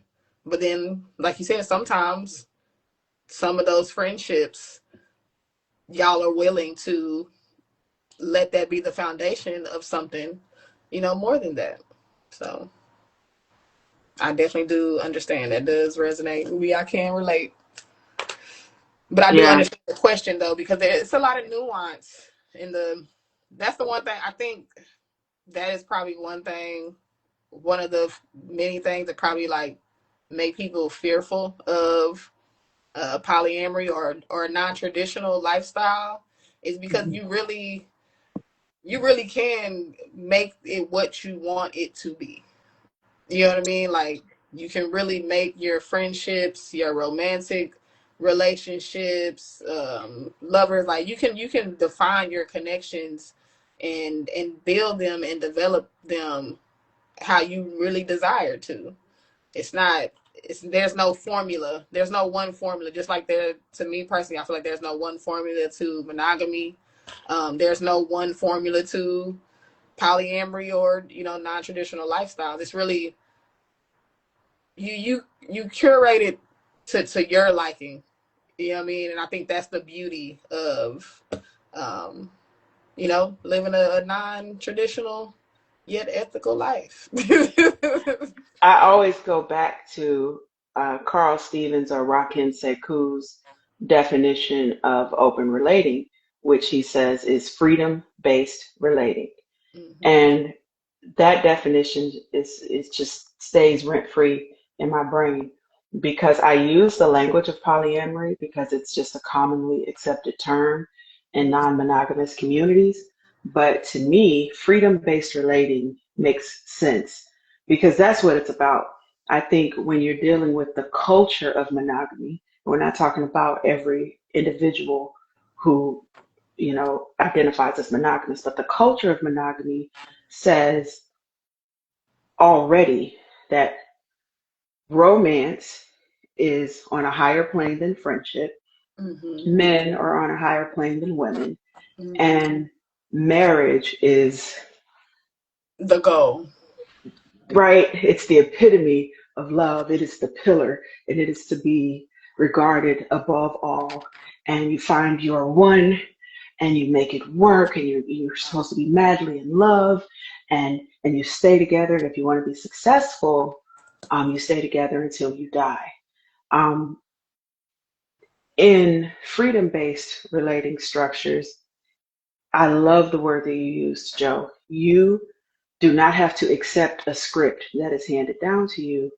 You automatically have the power to curate it however you want to curate it.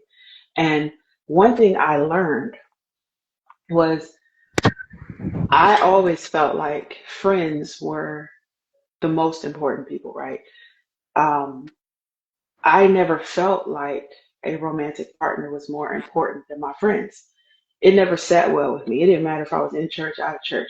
It didn't fit with who I was as a person.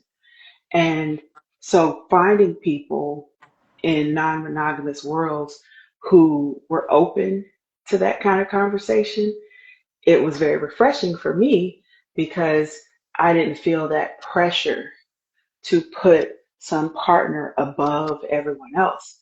It's just a different way of relating. And so, because it's a different way of relating, I don't see friendship as a downgrade. I don't believe in the friend zone. Like, you can either get all of me romantically, or you can be my friend. I mean, I guess that's the best I can do for you. No, if you're my friend, I'm loving you. I am deeply connected and committed to you. I am intimate with you. I snuggle with my friends. I might date my friends. It could happen. You know, we might decide that this is more than platonic, and then we can decide what does that mean for us. And Mm-hmm. it's the same with partners. And I've had multiple partners where we went from, this structure that we have going on, it's no longer fitting. So then we've had to say, maybe we do need to get away from some of the romance or some of the intensity or some of the sex, and maybe we need to lean into being more platonic just for the health of the relationship and just for our own individual health. And Mm-hmm. so I think in polyamory you can have those conversations where it's a little bit more accepted than in monogamous spaces. Yeah, I do agree. I do agree. Cuz where you at? I'm right here. I was about to Um, say, Tina, you here? You here, I girl? most certainly am. I was listening. Um, I think for the most part, it has answered the majority of my questions. Um, I don't have anything else curated at the moment. I know I always have a tendency to have more questions at any given moment, at any given time. Um, but that thing about friendship and the overlapping of that as it pertains to um,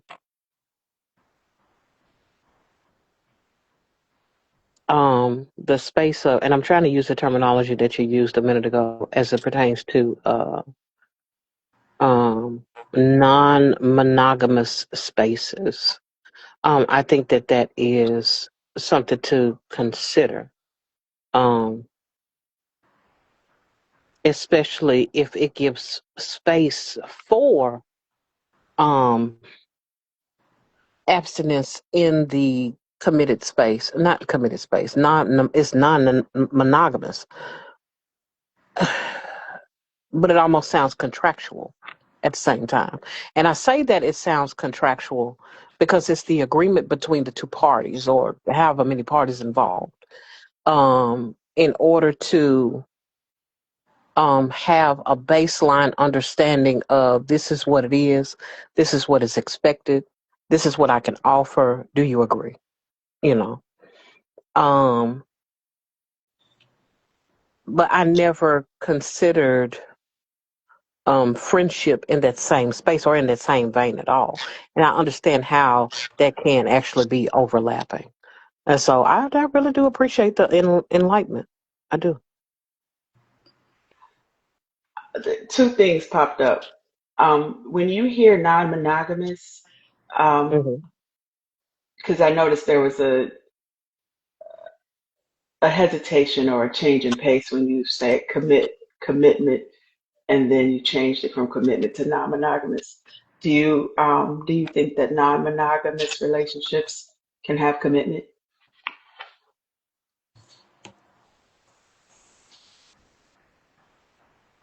Oh, yeah, as it pertains to agreement, yes. Hmm. Gotcha. Then you said contractual. So I'm thinking when you're asking that, are you seeing, do you think that romantic partnerships operate within certain contracts? Yes. Okay, so the only thing that we said that was kind of different for you is the idea of friendships also having contracts or agreements. In to because of what I've heard thus far, just in within the past few minutes, 20 minutes or so, within the definitions and the explanations that I've been given, it sounds like polyamory is the overarching agreement. We all agree to be in this space. That is the contract in which we govern. Inside of that, we have agreements upon which we operate in that particular space. You agree to this, I've agreed to that. This is how we're able to work with one another. And that's what I mean as it pertains to the contractual space, or contract, as it pertains to just everyone being aware and knowledgeable and in agreement with rules, regulation, guidelines, or whatever that's in that within that space.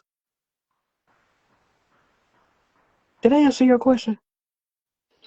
Well, yeah, part of it. What I was asking, do you think that friendships or platonic friendships operate from contracts? Mm. Oh, yes. I thought I answered that. Yes. Okay, Yes. got it. Yes, because that's it almost works the same way. You have your expectations. You have what you can offer. You learn what you learn about that individual as far as how can I be a service to you? What does this exchange look like? What are you in expectation of yourself? Can I meet those needs? Hmm. And so, I mean, overarching, that's just how relationships work. Period. Hmm. Yeah, I would agree. Yeah. I would agree. Thanks for clarifying. Something I thought about too in talking about abstinence and celibacy. Um, I'm super fascinated by the singer Maya, Hmm. and I don't know if y'all have heard. Maya talked about being uh, celibate for like 7 years, or Yeah. something like that. And you know, one thing about Maya that I appreciate is Maya married herself back in like 2012 or something like that. Had a whole ceremony, where Oh, she married yeah. herself. And people were like, what a narcissist. And I just kind of paid attention to her because, I'm looking at her skin, her hair, and her body.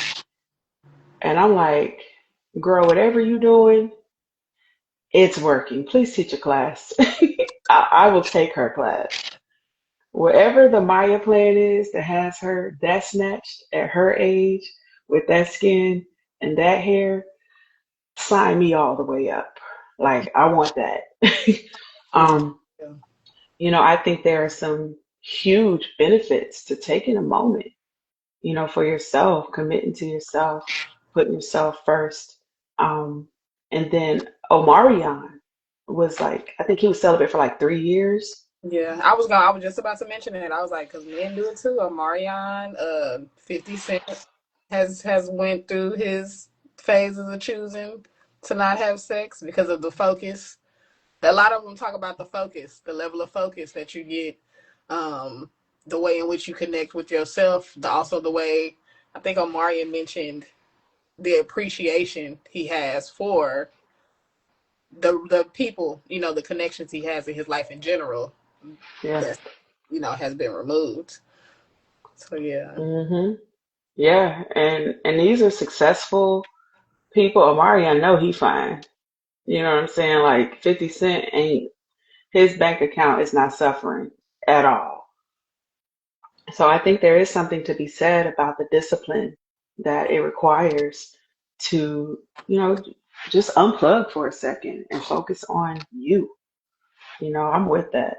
I know some people, I don't know if you've seen this, some people in certain communities, um, they would disagree with us strongly, right, about the benefits of being celibate. I'm thinking of a particular person right now who's like, see, women need to be, women need to be having more sex, and it's a problem, and that's why this, that, and the other. And I'm like, if you horny and you ain't getting none, just say that, because that's all it be sounding like to me. Like, Right. why do you have so much content about what that lady doing with With her her, lady parts? like, why are you worried about her business? So much. But I agree. But like you said, some would disagree with us heavily about celibacy. But that's just like there are people who would disagree about abstinence. There's some people that would be like, well, no, if you still pleasure of the self, then you're not abstaining from anything. And it's like, well, Mm-hmm. what to abstain can be defined in my way is just like, as you know, some of us find out, celibacy has its different levels and forms depending on the person. Yep. You know, Mm-hmm. like I said, I grew up in the church as well. I knew, we all had our vows of whatever, and to I feel like to be in balance with yourself, some people had to make the decision like, okay, Mm-hmm. not gonna do this, but I feel okay about this. Yeah. But I Yep. don't feel okay about this. You know what I mean? And I think that's just, how that goes. And the same with trying to figure out your platonic friendships, romantic, relationships, and all these things, because we also have to think about the fact that polyamory and even freedom based, you know what I mean, approaches, like, it's so many different ways to approach that. You know what I mean? So Mm-hmm. like the contractuals, you know, that cousin brought up, that's different, like Yeah. a snowflake, you know what I mean? Because Mm. everybody approaches polyamory or non-traditional relationships, shoot, even monogamous relationships, like everybody approaches their relationship lifestyle choice in general in a different way. So it's Yeah. hard to kind of put it in a black and white Yeah. box to define, what these things look like in conjunction with each other, because it's so much nuance. I'm It's laughing at God. what he say. So like you said, it can simply be, I said, not right now. Go get a coffee or something. Right. You know what I mean? Just not right now. Like, go go find something to do. go Leave get you me some, out of it. go up the street, go get you some coffee and some tacos. And by the time you come back, I'll be all right. Just gone somewhere. Get somebody else to do it, ma'am, sir, ma'am. Somebody else. I Um, Right. think that people have a tendency to have issues with the word no or wait, Yeah. and because even if it comes to, even in heteronormative spaces, mhm. you still have agreement to separate, to not come together. And it's like people wanting people to rally around having more sex, but it's like, but what happens when you need a pause? And I think that people like to create narratives just on around being told no, and that's what's wrong with people a lot of time. Well, I love that because we hadn't even brought into the conversation heteronormativity. We just been talking about Right. mononormativity, right, and being polyamorous. But I mean, let's go there. You know what I mean? Since she's bringing it in here, right? I mean, since we're now talking about that, because you know, I think I want to make sure that the conversation is truly inclusive Mm-hmm. because if we're also talking about what it means to decenter maleness and decenter male members, their little friends. If we're decentering romance and sex, um, we want to make sure that we are talking about the impact of heteronormativity on sex and how does that show up in polyamorous spaces? How does that show up when someone is abstinent or celibate? I'm thinking off the top of my head, poly community you and I came from. You know, a lot of people, the men specifically, right? Very focused on women's body parts all the time, Very. right? And getting We got access to them. straight men, we got straight women, everybody's poly, and people are coming in here thinking like, I'm poly, I deserve all of the juicy goodness that I feel is owed to all the me. nectars. All the All the nectar. nectars. all the juices, all the berries. And you be sitting up in here like, who sent you? Who Who sent you? sent Who you? told you you can have my berries and the branches? You trying to get my berries and the branches? They come on, God, dang. Right, right. This entitlement, because that's what I think you're talking about. Because this entitlement to somebody's body, and we talked about it a little bit earlier. Sometimes it's women feeling entitled to someone's body. You know, a woman is thinking, I'm a woman. I'm walking around with booms, pumps in a bump or whatever. And just by nature, you should always be ready. You should be at full blown, attention If you every tell me time I no, show up. you gotta be gay. If you tell me no, that What's means wrong with you? what's wrong with you? And that What's don't wrong with you? and And not that can happen in poly spaces, right? The way heteronormativity and just kind of this patriarchal entitlement can have us thinking, it will put us in situations to feel like because I am whatever I am or whoever I am, I look however I look, I have whatever I have, then the cornucopia should just be open to me anytime I'm asking for it. If I'm asking for it, because we talked about that too. If right. I'm even asking. Did you really ask? Yeah. So now that's That's I have a question about that because that's yeah. something that I did not consider. What? Um, as it pertains to the fact that um the messaging in which I'm receiving out of what you just said is about permission. Hi, my name is Goze. I'm the Black Love Permissionist always. Yes, yes, Cue Ro James permission. Right. I need yes. music. And I think that um because of I'm not even going to say just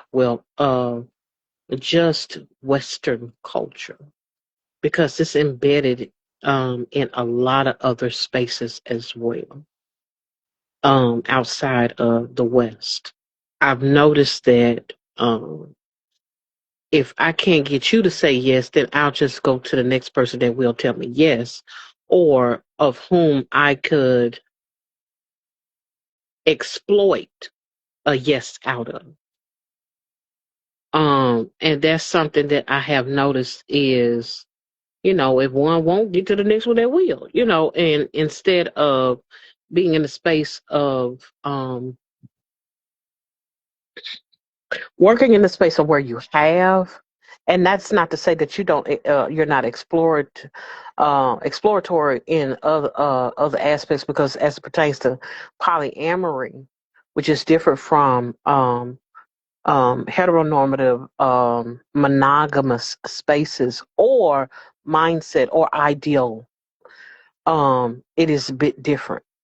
And I only say that.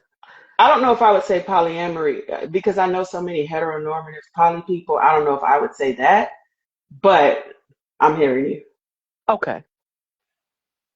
I know a lot of um straight poly people who have very, very straight beliefs. oh, that is a whole nother. Okay. um hmm. Do we lose Joe? She's buffering. Continue. Okay, continue, cuz. um Oh, wait, cuz, hold that thought. I see we got me Alabelle in the room. Oh no, she left. Dang it. I didn't even get to say hey to my girl. Maybe she'll pop back in. Okay, continue, cuz. Y'all hear me? Y'all hear me? Y'all got me? Yep, we hear you now. Okay. It was the stairs. Oh, you doing a little travel? Oh, we lost her again. Continue, cuz. yes. I think everything has just been pointed towards domination. And if domination is taken out of the equation, what does that actually look like? Yes. And I so, love that. Yes. yeah, and so I'm as I listen to you, I understand the concept of um I can't remember the term she used, something about freedom. What was that? Freedom-based relating. Freedom based relating. I understand better at that term more so than anything else because of how it's defined. If you just look at the words in and of itself, Yeah. because I'm just more familiar with that particular phrase than anything else because everything else is new to me. Yeah. Um, and so freedom based relating is basically turning domination on its head to Yeah. giving an individual agency to choose. Yeah. Yeah. And if you're and to go back to that word you used, right? Domination, because Joe also does a lot of kink work. If you're going to be dominated, that is even discussed. There are agreements, there are choices, there are safety measures. You Hmm. don't just get to automatically come into my life and dominate me just because you think you Hmm. should be able to do it, right? Hmm. So I think there's a lot more care put into, how we build, how we connect, how we relate, um, than just this automatic prescribed role that says, because of where you are in society, you have power over me. Every relationship doesn't even function, doesn't even use power dynamics in their partnerships. I do want to be clear on something though, because I know that we're using a lot of terms and you are rolling with the terms that are getting thrown out. Um, I get the idea that when you hear the word polyamory, you think that polyamory means queer or not, or like I can't tell automatically you I not understand hetero. it. Got it. Yes, not hetero. Yes, Yeah, and that's Yeah, not. that's what comes into my mind. But with what you just said, the pushback of Mhm. plenty of heteronormative people relationships that fall under polyamory, and Yeah. so and because I had to reconsider that you said it's just about the freedom of loving whomever. Yeah, you can love. It's the way I describe it for me is I have the capacity to love multiple people at the same time. I just have a big heart. I have a heart that is that has the capacity for more than one person. That is polyamory in a nutshell. Hmm. Um, so yeah, it really you can be as straight as the straightest straight edge and be polyamorous. It happens all the time. I know a lot of people who are poly and super straight. So I just wanted to make sure we knew that before we just get to throwing more words around. So my question is it that the heart of it is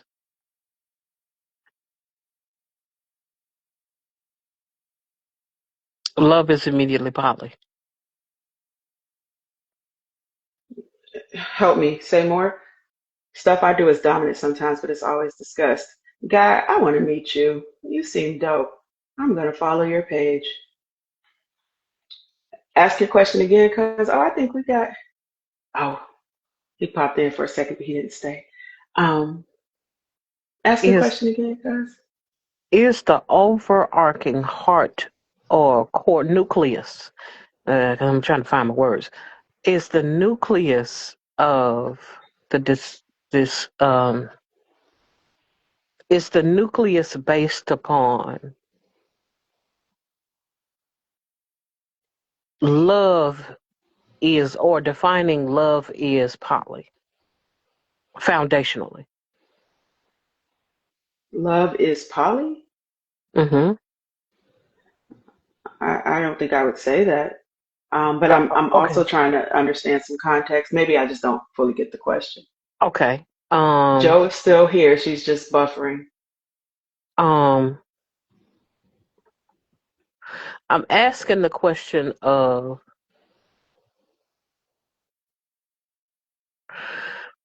if polyamory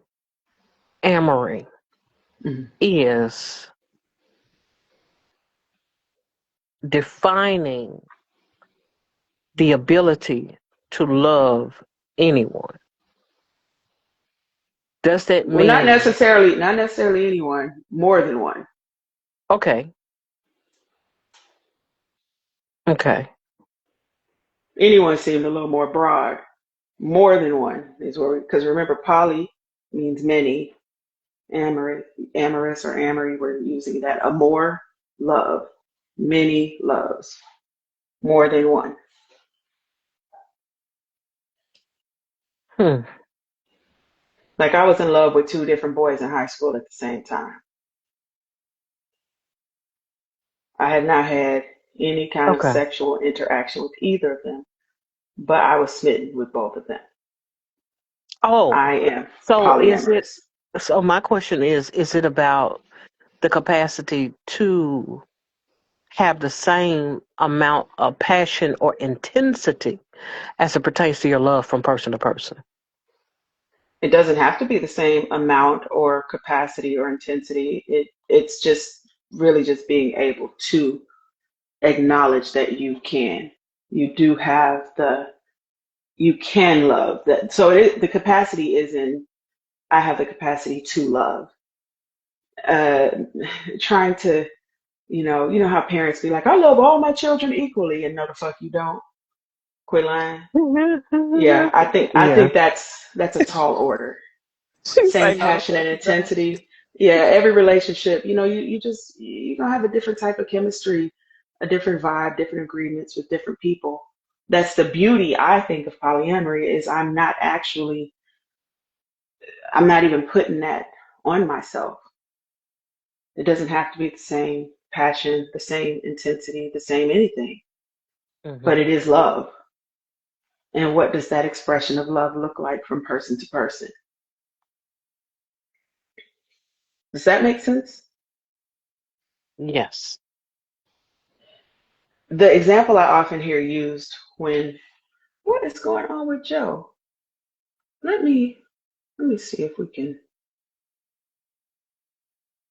Maybe Joe needs to leave and we invite her back.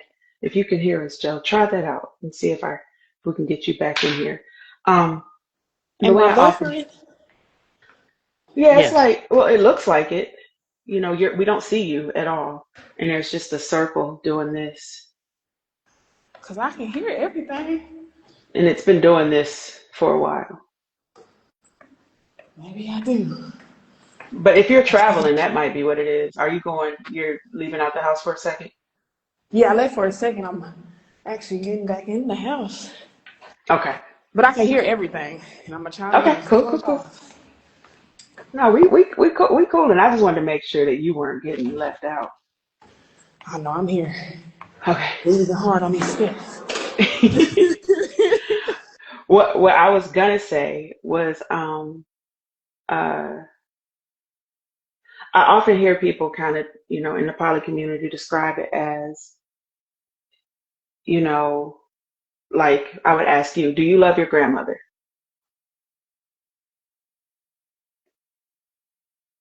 Oh, you asking me? Hmm. And we're just talking Yes. about love. We ain't talking about like, right?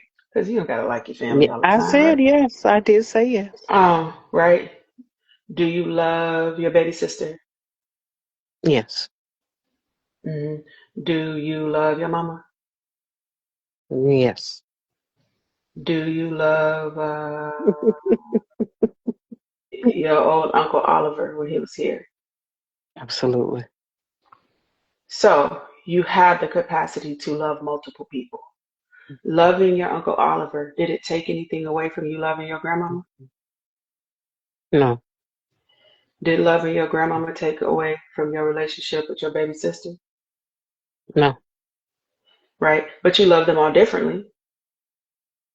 It was different. right? So levels of intensity can differ. That's how polyamorous relationships work. Now, I think that,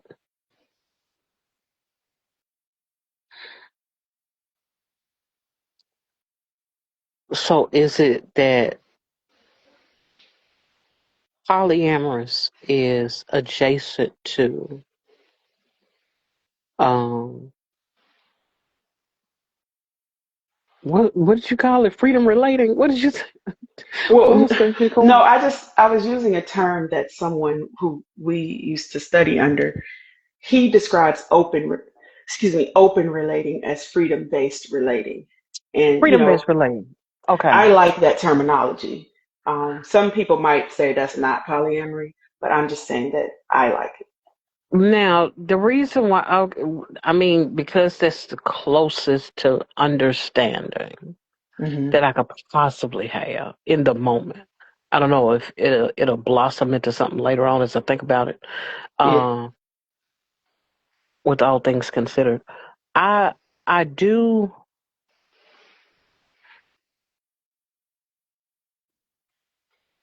That's what it sounds like to me. That could be defined differently by other people. Hmm. Um, but it sounds. That just sounds like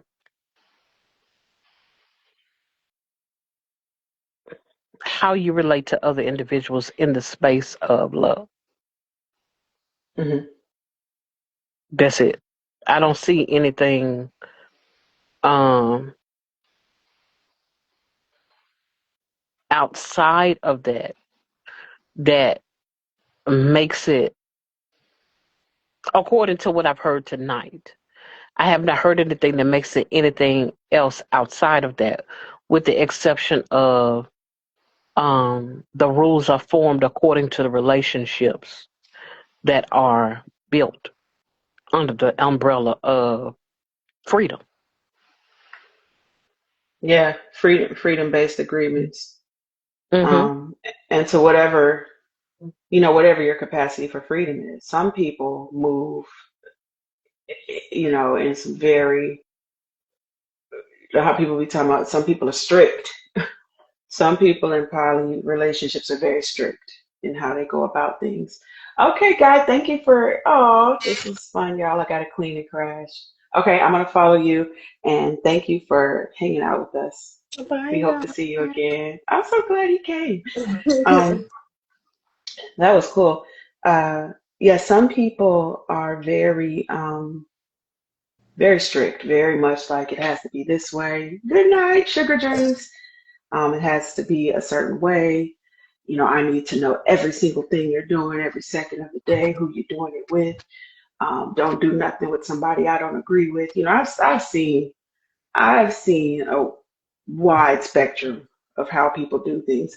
I'm not a huge rule based person, but I also think the more I'm getting to know myself, and Joe and I talked about this last time, I think I fall more under the solo polyamorous umbrella, and I think I'm a bit of a relationship anarchist too. So you come to me and start using rules, I'm already going, yeah, this probably ain't gonna work. But Joe, now that you back, girl, what you want to say? Because we missed you. And I was listening like, oh my God, I'm trying to cross the street before the store closed. But similar, I wanted to add in when Tim was asking about, the way to differentiate about it, and I guess some of how she was processing everything when it came to polyamory and stuff like that. And how, like you said, like with polyamory is, I know plenty of straight people that are polyamorous. Like polyamory is not exclusive to a queer a queer person or anything like that. Um, that's just a person's orientation versus a lifestyle. You know what I mean? Um, and We with probably need to revisit that again, right? We talked about that the first episode. We didn't cover that tonight. yes, and Yeah. Mm-hmm. I can say also with polyamory, and compared to like um, freedom based approaches, polyamory can have a bit more, like you said, different levels of rules, regulations, structures, boundaries. so on and so forth, that everybody involved has to agree upon. But that's, again, different levels of polyamory. There's kitchen poly, there's solo poly. You know what I mean? Kitchen poly is where everybody is very interconnected. You know what I mean? Whether they truly fully want to be that connected or not. That But part. that is the part that is a almost a requirement of kitchen poly. You know what I mean? Whether, like I said, whether everybody really wants to be that involved with each other or not, that's kitchen poly. Solo poly, Yeah. yeah, Yeah. solo poly is more, like Jose was saying, we lean towards a little more than that. Or I can speak for myself. I lean more towards solo polyamory and open relating, because I do move in a more fluid way. And that's not, and when I say fluid, I'm not saying in the aspect of necessarily men and women, you know what I mean, all the time or whatever it is, because majority of my partners, previous, future, even the most recent unpartnered, have been men. You know what I mean? Does that mean that I don't have a certain affection and relationship with women? No. You know what I mean? But my preference, is men. But I do love women. That's not everybody in polyamory. You know what I mean? Just because we have the capacity to love many does not mean that we are loving many, as far as like just anybody and everybody. Yeah. Many and Or, any, not the same. you know what I mean? And some people do have that misconception about polyamorous people, that it is like it's sex focused, or like when you see a picture of a woman with three boyfriends or three males in her life, people will start to assume, well, those Yep. men must also be involved with each other, even though all three of those men are very straight hetero Yep. men. Yep. They have Happens all their the time. own partners, you know what I mean, within how they structure their Hmm. dynamics. You know what I mean? Hmm. So it's not, polyamory is not equated to queer. It's just the aspect of being able to love multiple people. More times than not, polyamory has, like I said, more structures than freedom based. Um, because we happen to be two polyamorous, femme women in certain ways, and how fluid and comfortable we talk about certain things. I guess I could see how, a person may come to the conclusion that polyamory is more equated with being queer, That's a but Yeah. That's some gay shit. yeah. Right, but yeah, And no. not necessarily. Not Not necessarily. necessarily. It's a lot of very straight shit. Absolutely. Yeah. Yes. And I know they mentioned y'all spoke on tapped on domination here and there a little Hmm. bit. Um, like Yes. you mentioned, I am in the kink fetish spaces, and all dynamics are not power dynamics. It's not all dominant submissive situations. You have some. I know some women that are doms or things of that nature, and they happen to be in a polyandrous lifestyle because that's what they want. You know what I mean? Some of them also. We probably should define polyandry since you're gonna throw it in there like that. My bad. It's a friend of mine. She's a dom. She has her two straight partners, and they are not partnered outside of her. So it's her and those two men. Um, they don't have Yep. other partners. Yep. So when there's a woman who's what they would call the hinge partner, she's the main, she's everybody's main, but they can't have nothing else. You know what I mean? She might have multiple men who are committed to her, but they are only committed to her. That's polyandry. Hmm. I also want to define kitchen table. I'm Yes. just trying to keep up with the terms that are getting thrown around. Kitchen table poly, right? That is a type of polyamory where all the people in the relationship essentially meet at the kitchen table, meaning they can share meals together, they can have friendships together. They're all agreeing to be a part of a community. This does not mean that they're all doing things together. This just means that everybody involved in that group can be cordial, maybe even friendly. They might all be contributing, to that community in a certain type of way. So continue, Joe. Yes. Just trying to make sure we don't get lost in jargon. Yes, yes. I felt like I had to mention those other examples of polyamory because, like you said, if somebody is coming in, it's not too familiar. If you're just hearing the word polyamory, but also hearing a lot of different experiences within polyamory, you may want to put all those experiences in the polyamory box when it's like there are multiple boxes. Yeah, I mean everything that the experiences are very situational.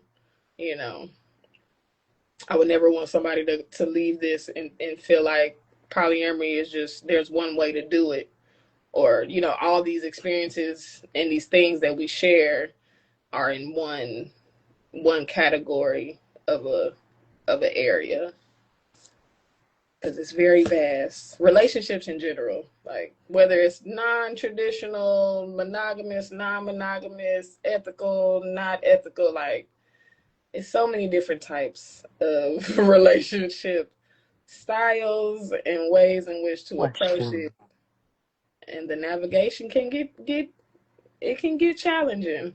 What's a non-ethical? Or the difference between the ethical and non-ethical?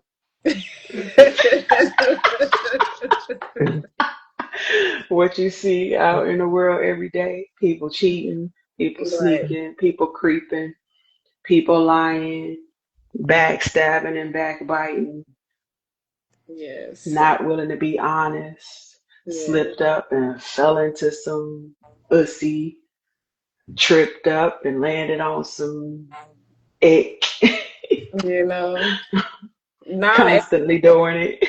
an easier way, non-ethical is like when you're not moving in Integrity. transparency, Yeah.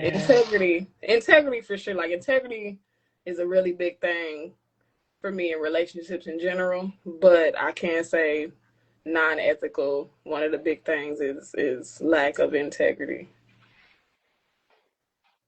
because that means, Cheating. for me, it means you're not being forthright in how you're moving and what you're doing. And so that's where we get into the non-ethical. You're not letting me know what's going on, and energies and interminglings. We need forthright. We need you to be Yeah. forthright. Yeah, people shouldn't have to find out, Right. that you've been doing something outside of the agreed upon standards, stipulations, protocols. That's non-ethical. Yeah. Hmm. It's interesting nonetheless. Um, I don't like every time I say I don't think I have any more questions, I end up with another question. But I think that's it as far We as I'm did it. concerned. Yeah, I think that was Okay. it. Soon as cousin get ready to lay down, another question gonna pop up. She gonna she Okay. gonna get comfortable in the bed. As soon as she start to lean on that pillow, her brain gonna be like, "Well, wait a minute, wait a minute." Just a Well, cotton this is the picking thing, minute. though, because as the conversation continues with you all, that there's a lot of things that get thrown in, thrown around, spoken on, and I don't always have. I don't know nothing. Hold on, let me go on and say I'm slow as a box of rocks going up a hill with molasses. I don't know anything Mm. about anything. Hmm. So I'm in this space as a student and trying to my best to um unbutton and disrobe what I've known in every other space that I have information on in order to take on or listen to or be able to understand what you're saying. And so I can't help but have questions that I don't even know how to ask because the information is so um, new to me. It's like asking someone who only knows arithmetic about, you know, maybe I don't know, calculus or something, or trigonometry. And so Mhm. I'm like, this sounds like graduation, a graduate program. The questions are Okay. different. It is a lot. It is. I mean, Oh, I'm hearing a lot, and I'm hearing that I don't know a lot of the little stuff that y'all know, and so I'm like, the more that you all talk, the more I recognize I don't know nothing. I love that. And I hope, and you can tell us, we are Mhm. doing our best to keep as much of a safe space as possible. Obviously, we can't guarantee a safe space because you never know what could put somebody in a triggered state. But Mhm. we do honor that this is what my teacher, Dr. Shaniqua Jones, would call a brave space. It's a space to be brave. And I appreciate your questions. Do you feel as if we are being respectful in how we are addressing your questions? Absolutely, but I don't think I could take offense to much anyway. Okay. If I'm a student and I'm there to learn, how dare I have offense with what I have to understand? You know, it's like as long as I stay in the fence, I won't ever understand. I won't ever learn. And so I could say for the most part, you're giving me information that I've never heard of, Hmm. and have no reference point of. And Hmm. so no, I can't say that there's any type of disrespect, at least anything that I can sense. Hmm. But, I don't know how other people feel. But as far as I'm concerned, it's a thing of you're addressing me and redirecting me in the space of what you're teaching me. That I stay true to topic or true to the lesson rather than Hmm. kind of fly off on my own tangent because that's all I know. Yeah. Yeah. I think, some of my intention for having this conversation is one, to get over my fear of being seen, to be more courageous, to be more visible. Um, but two, I think that I want people to see that polyamory is normal. It is just a normal way that people exist. It's really not as salacious as some people think it is. You know what I You mean? And got not that to right. say, it Because, is. boy, the preconceived ideas that I had, which was far from anything that you all have said, because just the fact that you mentioned integrity, Mhm, the fact that you were able to touch on things being unethical. And I was like, I mhm, thought this was what it was. You just do what you feel, and can't nobody tell you nothing else, any different. mm, And so, it's certainly enlightening, definitely. that's good. That's good. Yeah. In our first episode, we talked a lot about misconceptions that people have about polyamory, that you just having, you just swinging from the chandeliers, orgies, swinging, dominatrixes just whipping people left and right, people chained up in the basement. It's Yeah. just a 24/7, Sex just tape. coke filled, we don't know who the baby daddy is type of party, just swapping STIs all over the place with no concern for anybody. People really be believing, and just no boundaries, no real conversations around anything. And everybody, it's like just everybody is just committed to this life of hedonism. It's Sodom and Gomorrah and everything in between. I feel like that's what people hear That's when you what say people think. polyamory. Only to find out, only to find out that more times than not, it don't be like that. You know what I mean? Like, rarely is it like that. Like, my sexual engagement is way lower than people assume it is, and not because I can't or I don't have the freedom, but because that level of engagement, you know what I mean, is important.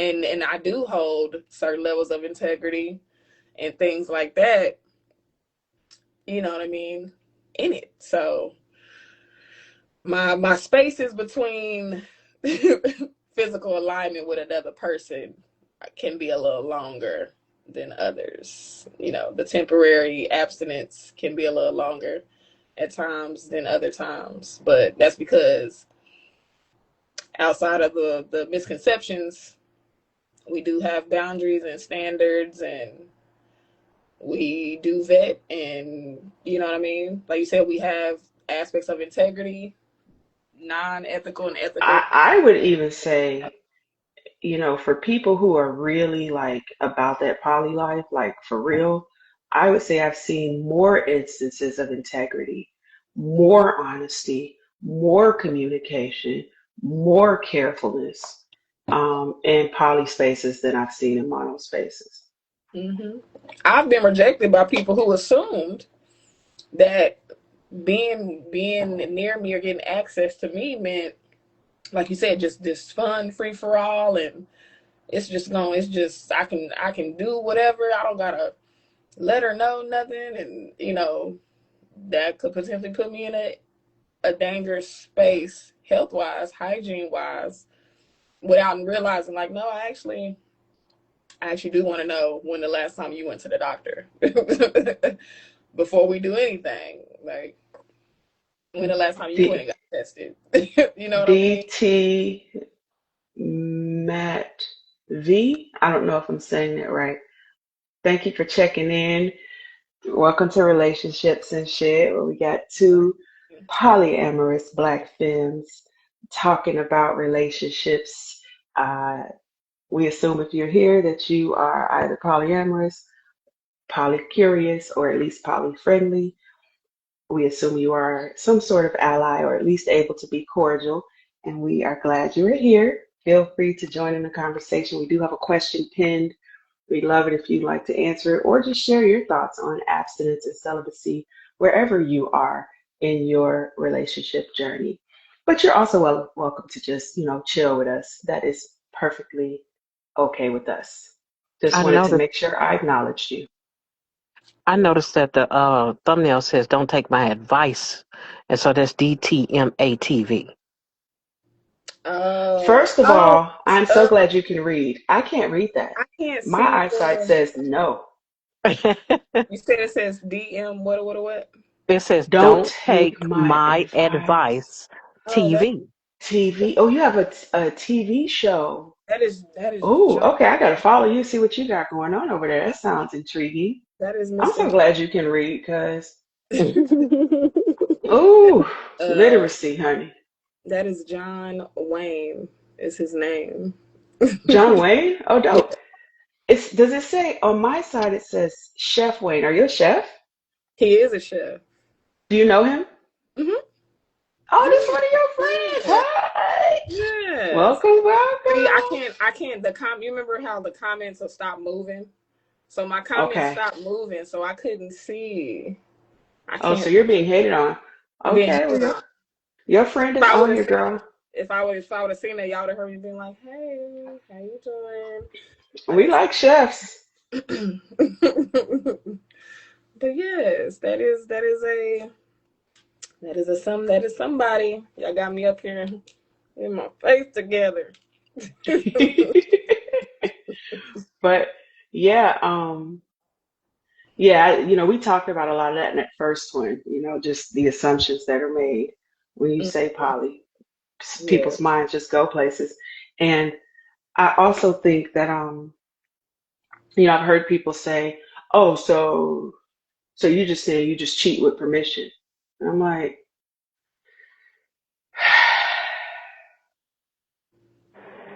I tire.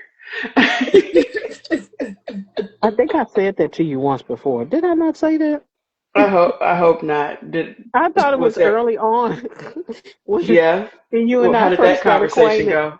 Yeah, it went downhill, but I think I said something like that. You said it went downhill. Said no, actually, it imploded. It wasn't our finest work. Yeah, it's wild out here. It's wild because the dominant culture gives so many messages to the point where people can really like have tunnel vision. So then Yeah. when you see someone who's like saying, "Hey, I don't fit into that. That doesn't actually resonate with me," then it's almost like people can't see you Yeah. because they're so trained to think like this. And Right. so it can be frustrating sometimes. And I I'm wonder. trying Go ahead. I was just going to say, I'm trying to bring more awareness to these sorts of things in a, respectful manner, um, and create a space where even guests are encouraged to come and ask their questions in a respectful manner. Go ahead, Joe. I did want to say, a lot of us, especially in the Black community, because so many of us grew up in, the church and everything like that, a lot of us don't know any other form of a relationship other than monogamy. You know what I mean? So I can see how the things that we are talking about, um, and I can also understand the misconception that people have about relationship styles outside of monogamy, because like I said, monogamy is the only thing a lot of people know. And so to hear other types of relationships talked about in real time from people that have experienced it and chosen alternative lifestyles, I can understand how it can be a lot. So we definitely do welcome the questions. I promise you. If anything, when people ask questions, I really be over here writing down things to try to help clarify. Because, like I said, I know it's a lot of information. Because the first time the information was presented to me, it took a lot of studying by myself and with other people for me to get to the point that I'm at now. And I still don't know everything. You know what I mean? Like, it's a lifestyle. It is still very much about experiencing things than anything else. It's not something that you can like study and like you take a test on it and that determines how well you poly. Like it doesn't work like that. It don't work like that. There rarely is a definitively right answer.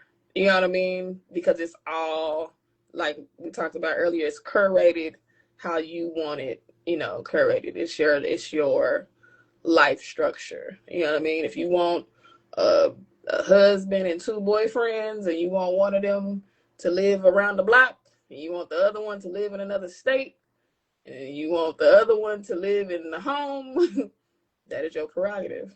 And all of three of these men could be very straight men. Still your prerogative. But I somebody think, else Absolutely. would think something else. You know what I mean? They could think anything. at, What were you at saying? least what I could say from my background is, from listening to you all, I understand that I have a very, or I've been taught to have a very black and white way of seeing things. If Mm-hmm. it's not this, then it must be that. And Mm-hmm. all of the that's generally fall under the LGBTQIA plus community.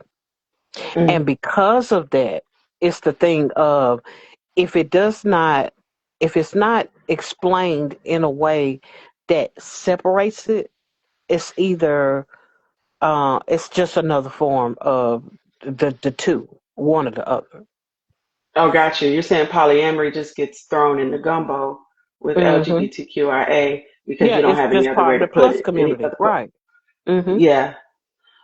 Yeah, because and I think okay, let's just do it because we talked about this our first episode. The difference between relationship orientation and sexual orientation and why they are not the same. And this is why I would say that polyamory does not fall into the plus. Um, because sexual orientation, right, we're talking about what gets you going. What is your relationship with sex? What what does sex look like for you? What is it, how do you express it? Who do you express it with? Who are you drawn to sexually? Uh, is it more energy?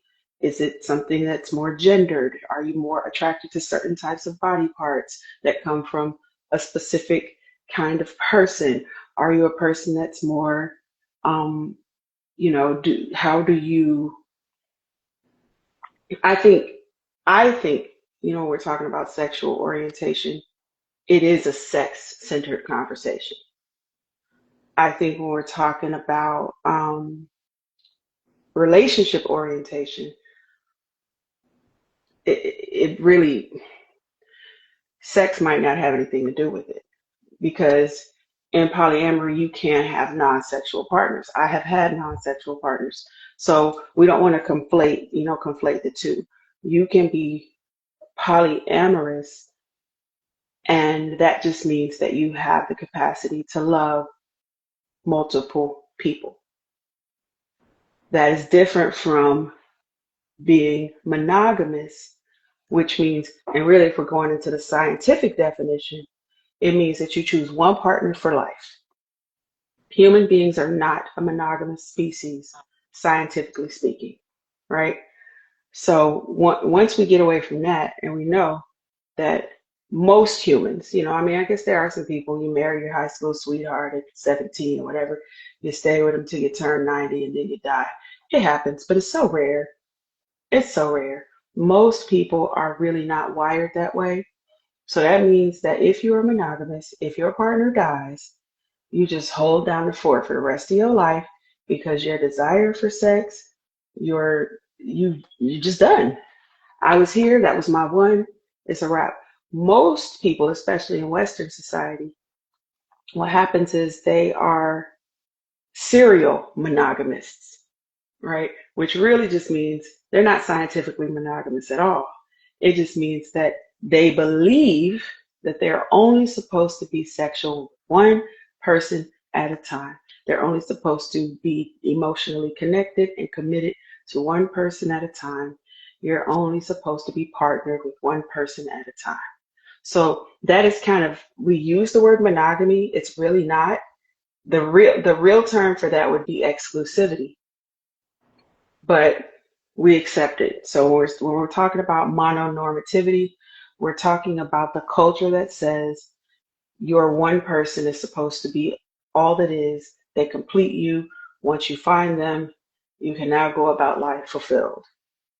Joe, did I leave anything out or add anything that didn't need to be added? No, that was it. That's what it is. The differentiation between the two.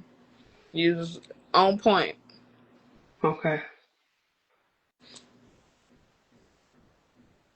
I think because America is a so-called Christian nation, um, a lot of what we believe about relationships comes from how we interpret the Bible. And because of how a good chunk of Americans interpret the Bible, there is a strong, almost moral preference for monogamy. But in reality, the concept of monogamy is a newer concept. But because most of us, especially around our age, were born into a monogamous culture, a lot of times we assume that monogamy is right. Monogamy is more ethical. Monogamy is more serious. Monogamy is more committed because we don't have any other frame of reference to look at relationships. So when somebody says, hey, I'm not monogamous, that's why our brain goes haywire. Says, oh, Oh, they you gotta be doing something have real crazy. right. You something to have fun with. You're not something. You're not somebody to take serious. And I've had those experiences. Like I said, people have approached me and assume that because I say I'm polyamorous or I open relate, that means I'm somebody that is either just trying to get every other people's men and women apparently because I look like I pull men and women to everybody. Either I'm trying to get somebody or I'm just open to whoever. Um, and there are some people who feel like they shouldn't take me serious to commit to in a long term sense. which is, when they get to know me and have a conversation, they find out that that's not the case. Like I said, I do have I do have standards and it's rules, and it's real strict over here. And not in a negative, but just I have a lot of respect for myself, regardless of the relationship lifestyle that I choose. Monogamy is not the ultimate, as we have been trained to believe, which again, understandable, because a lot of us grew up in the church. I didn't know any different until late 20s. Yeah, I didn't know anything different than in the late 20s. I always had my own, I always did my own things without having the information and the tools. But having the tools, it wasn't until like right before I hit 30, or like around 30. So that was like 6 years ago. Yeah. Even though non-monogamy is in the Bible, right? Uh, people be thinking, oh, they on some new age, new type of thing, talking about non-monogamous, ethical, tooey. Like, all Ooh, right. I mean, if it's not your thing, it don't got to be your thing, but you also don't got to be over here hating. right. But it's all, like I said, misconceptions, and you learn new things, you unlearn other things, and that's one reason why we started having these relationships and shit convos, because Right. so much out there, you know what I mean? And Yeah. these conversations do literally turn into shit. We talking about relationships and some other stuff that we Yeah. didn't know we was gonna unpack or even think about, and Yeah. we always And appreciate also, y'all coming through. yep. And I was thinking also just talking about, what it's like for us navigating life as Black polyamorous women. When you are a part of a community or you identify in a way that is considered counterculture, Hmm. what's that experience like? Yeah. What is it like when we're all speaking English, but Mm. everybody's not speaking the same language? And cousin Tina, let me tell you, it's hard to explain some of this. it Hmm. Oh, is I can imagine. it is hard I to can explain imagine. these experiences. It is. I Hmm. experienced some of the same things in other arenas, of course, not this, but I most certainly understand the concept of trying to explain to someone that is not accustomed to your lingo, and you're kind of building the plane while flying as it pertains to communicating it to someone who does not know or does not understand. You Right. know, Right. because it's one thing for you to know what you know; it's a whole nother thing to teach it to somebody else. You know. Or just communicate an experience, because some Mhm. sometimes the questions that come about, that be the first time I've had we may Mhm. think about something in a certain light or a certain way to Mhm. put it to words. You know what I mean? Kind of like you said earlier, you never know the question that you have until the question comes. Sometimes you don't even know what answer you had Mhm. rolling around in your mind until somebody asks the right question. Mhm. Information you had rolling around in your mind until somebody asks the question. And to be able to curate that answer that will be apropos for the individual that you have before you, knowing your audience, plays a big part of it too.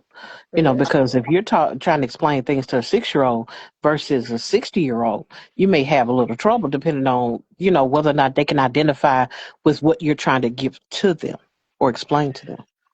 First Yeah. of all, I love that you went there. Yes. So I know a few poly families. Joe, how about you? I do. I do. Right? And people be really like, I think so, I think sometimes we forget that children are little people and their brains are like, especially during those formative years, Hmm. like that brain is braining. They are Hmm. sponges. They can understand complex concepts a lot faster than we think. And like I know, I'm thinking about a kid right now. I know a family. The kids have grown up in a poly household. That's really all they ever knew. Mhm. And it's nothing to them. Like, I know this little girl, I'm not going to name her, right? Because she's little, but Mhm. she has her daddy and she has her baba. And it just is what it is. Nobody's sitting up here fighting over who should be taking care of this child. Nobody's fighting over, child support Mhm. and who's responsible. She's everybody's responsibility. She's mama's responsibility. She's Baba's wife's responsibility. She's her daddy's responsibility. She is being raised in a community. And I think that's a beautiful thing. To me, that's one of the benefits of polyamory Mhm. is you have the ability to create something that's more solid and more expansive than the nuclear family, where Mhm. now this child really does get the village experience that we always talk about, which is very, very native to us. That is how the indigenous people function. There was no your mom and dad, that's all you get. It was no. Everybody is your mama and your daddy, baby. We all here. You're gonna get it from all of us. And I love to see it personally. I know, when I think about Carl and Kenya, right? I mean, they've been poly for shoot, what is about 15 years at this point or more, Think so.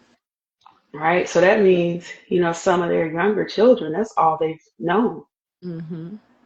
That's all they knew. You know what I mean? And man, like when It's I think about their daughter, like her mind is sharp.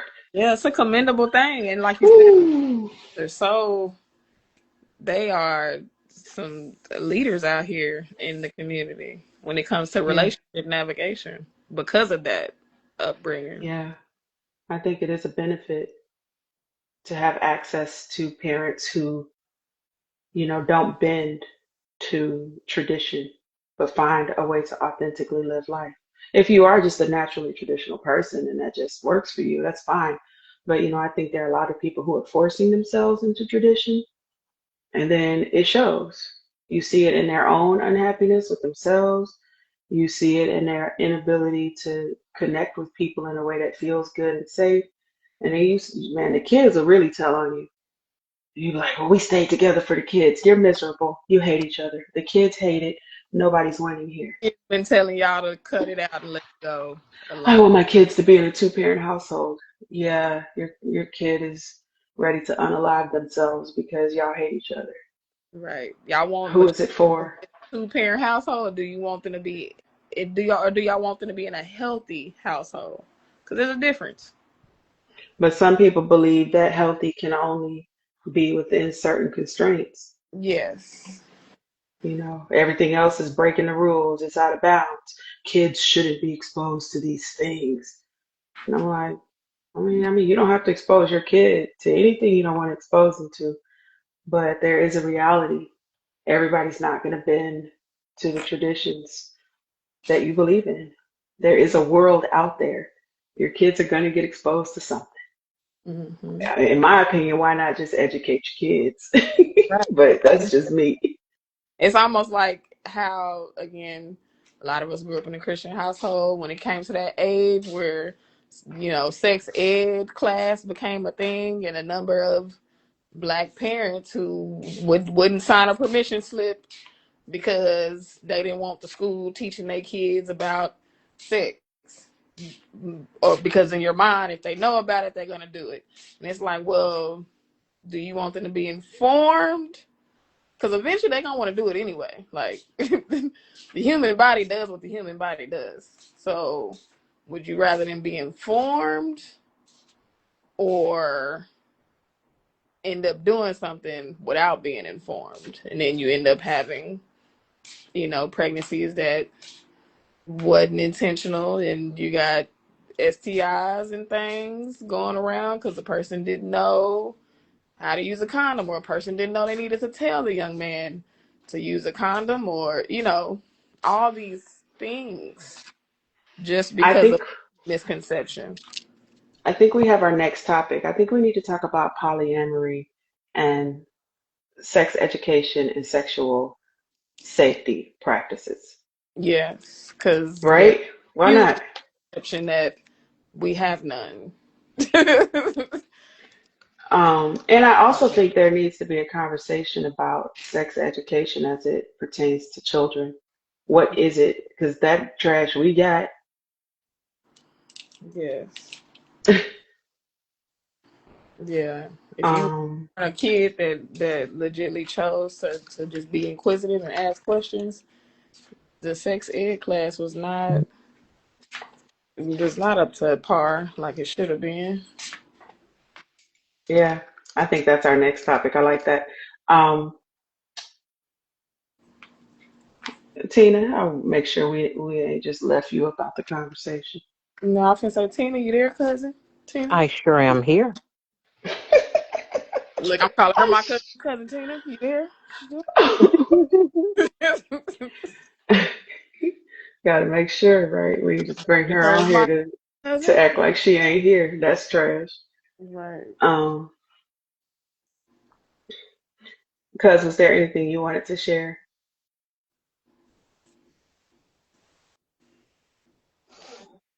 um, I think more people need to know than to not know. Yeah, agreed. Um, because if it's one thing I know about ignorance, it can be exploited. Hmm. Mhm. And when you don't have the proper information in certain arenas or certain areas, you tend to lose out um, as it pertains to you making a choice. I do believe in a person's agency to choose, and I won't take that Oh from a yeah. person. Yeah, that's what we're talking about when we say ethical.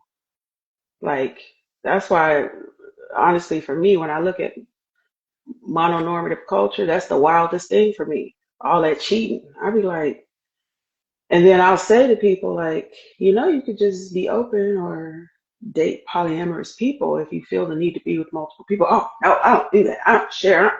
What are you talking about? You've cheated on everyone you've ever been with. You You been I sure you think cheating. don't want to you don't want to consider maybe a more ethical way of going about things? I think it's just deep seated selfishness because a lot of times a person want to have their cake and eat it too, and Right, so they want right. to be able to do all of the things and not be accountable to anyone or anything. Yeah. Or they want to Hmm. do all the things, but they don't want their partner to do all the things too. Yeah, Hmm. Hmm. that part. Or they have a lot of shame. And in their minds, they're not going to do all the things, but then they keep doing all the things. But this time, I'm really going to get it together. I'm never going to do it again, and I'm never going to do it again. And you lying to yourself, baby, because you've been doing it again and again and again. You go shenanigans. But when somebody Hmm. brings up, hey, there are alternatives out here. You don't have to live in guilt and shame every day of your life. You want to learn maybe a different way of going about relationships? Nah, I'm just gonna keep forcing myself to believe in something that ain't working for me. Right. I'm gonna just keep masking and Yeah, if it were, doing all hey, the stuff on the back end. okay, live your life. I ain't never cheated on nobody I've ever been with, not one day in my life. I just that goes against my values to That sneak sounds around. so wonderful. I cheated on almost everybody. She said, since we're She here, said, "Not I." And looking them straight in the eye, telling them I would never cheat. cheating while you saying it. She said, Hmm. "Tell them all of them. I would never did it I have Hmm. I, I have a question about, abstinence celibacy. Have either of you ever been, in a space where you're like, I'm choosing abstinence or I'm choosing celibacy, and you're good in it, and you're focused on your goal, whatever your goal is, you're grounded in the why, and then you get real horny, real horny. The horn dog is on your back. Have y'all ever been in a situation like that? Yeah. all the time. Okay, so here's my next question. How do you handle that? Like, do you folding or nah? And then if you folding, How does that go? But if you're not folding, well, how do you keep from folding? I have folded and I have not folded. Okay. um, so when it came to the folding, it was the thing of they just caught me in the right time, the right place. I was vulnerable. I'm like, you the one today. Hey, so glad you're here. On the other hand, when I didn't fold, it was the thing of I didn't want to mess up what I had going. And so I wanted to stay focused. So I was like, you wonderful and everything. And if you had caught me, a while ago, I'd have threw that thing in a circle for you. But today, no. Mm-mm. I love that. So sometimes the why was stronger than the urge, Yes. but Hmm. sometimes you folded like laundry. Absolutely. How did you feel after you folded? Did you feel guilty? Did you feel like, dang, okay? Like Whew. garbage can juice. The juice from a garbage can is crazy. That's Yeah.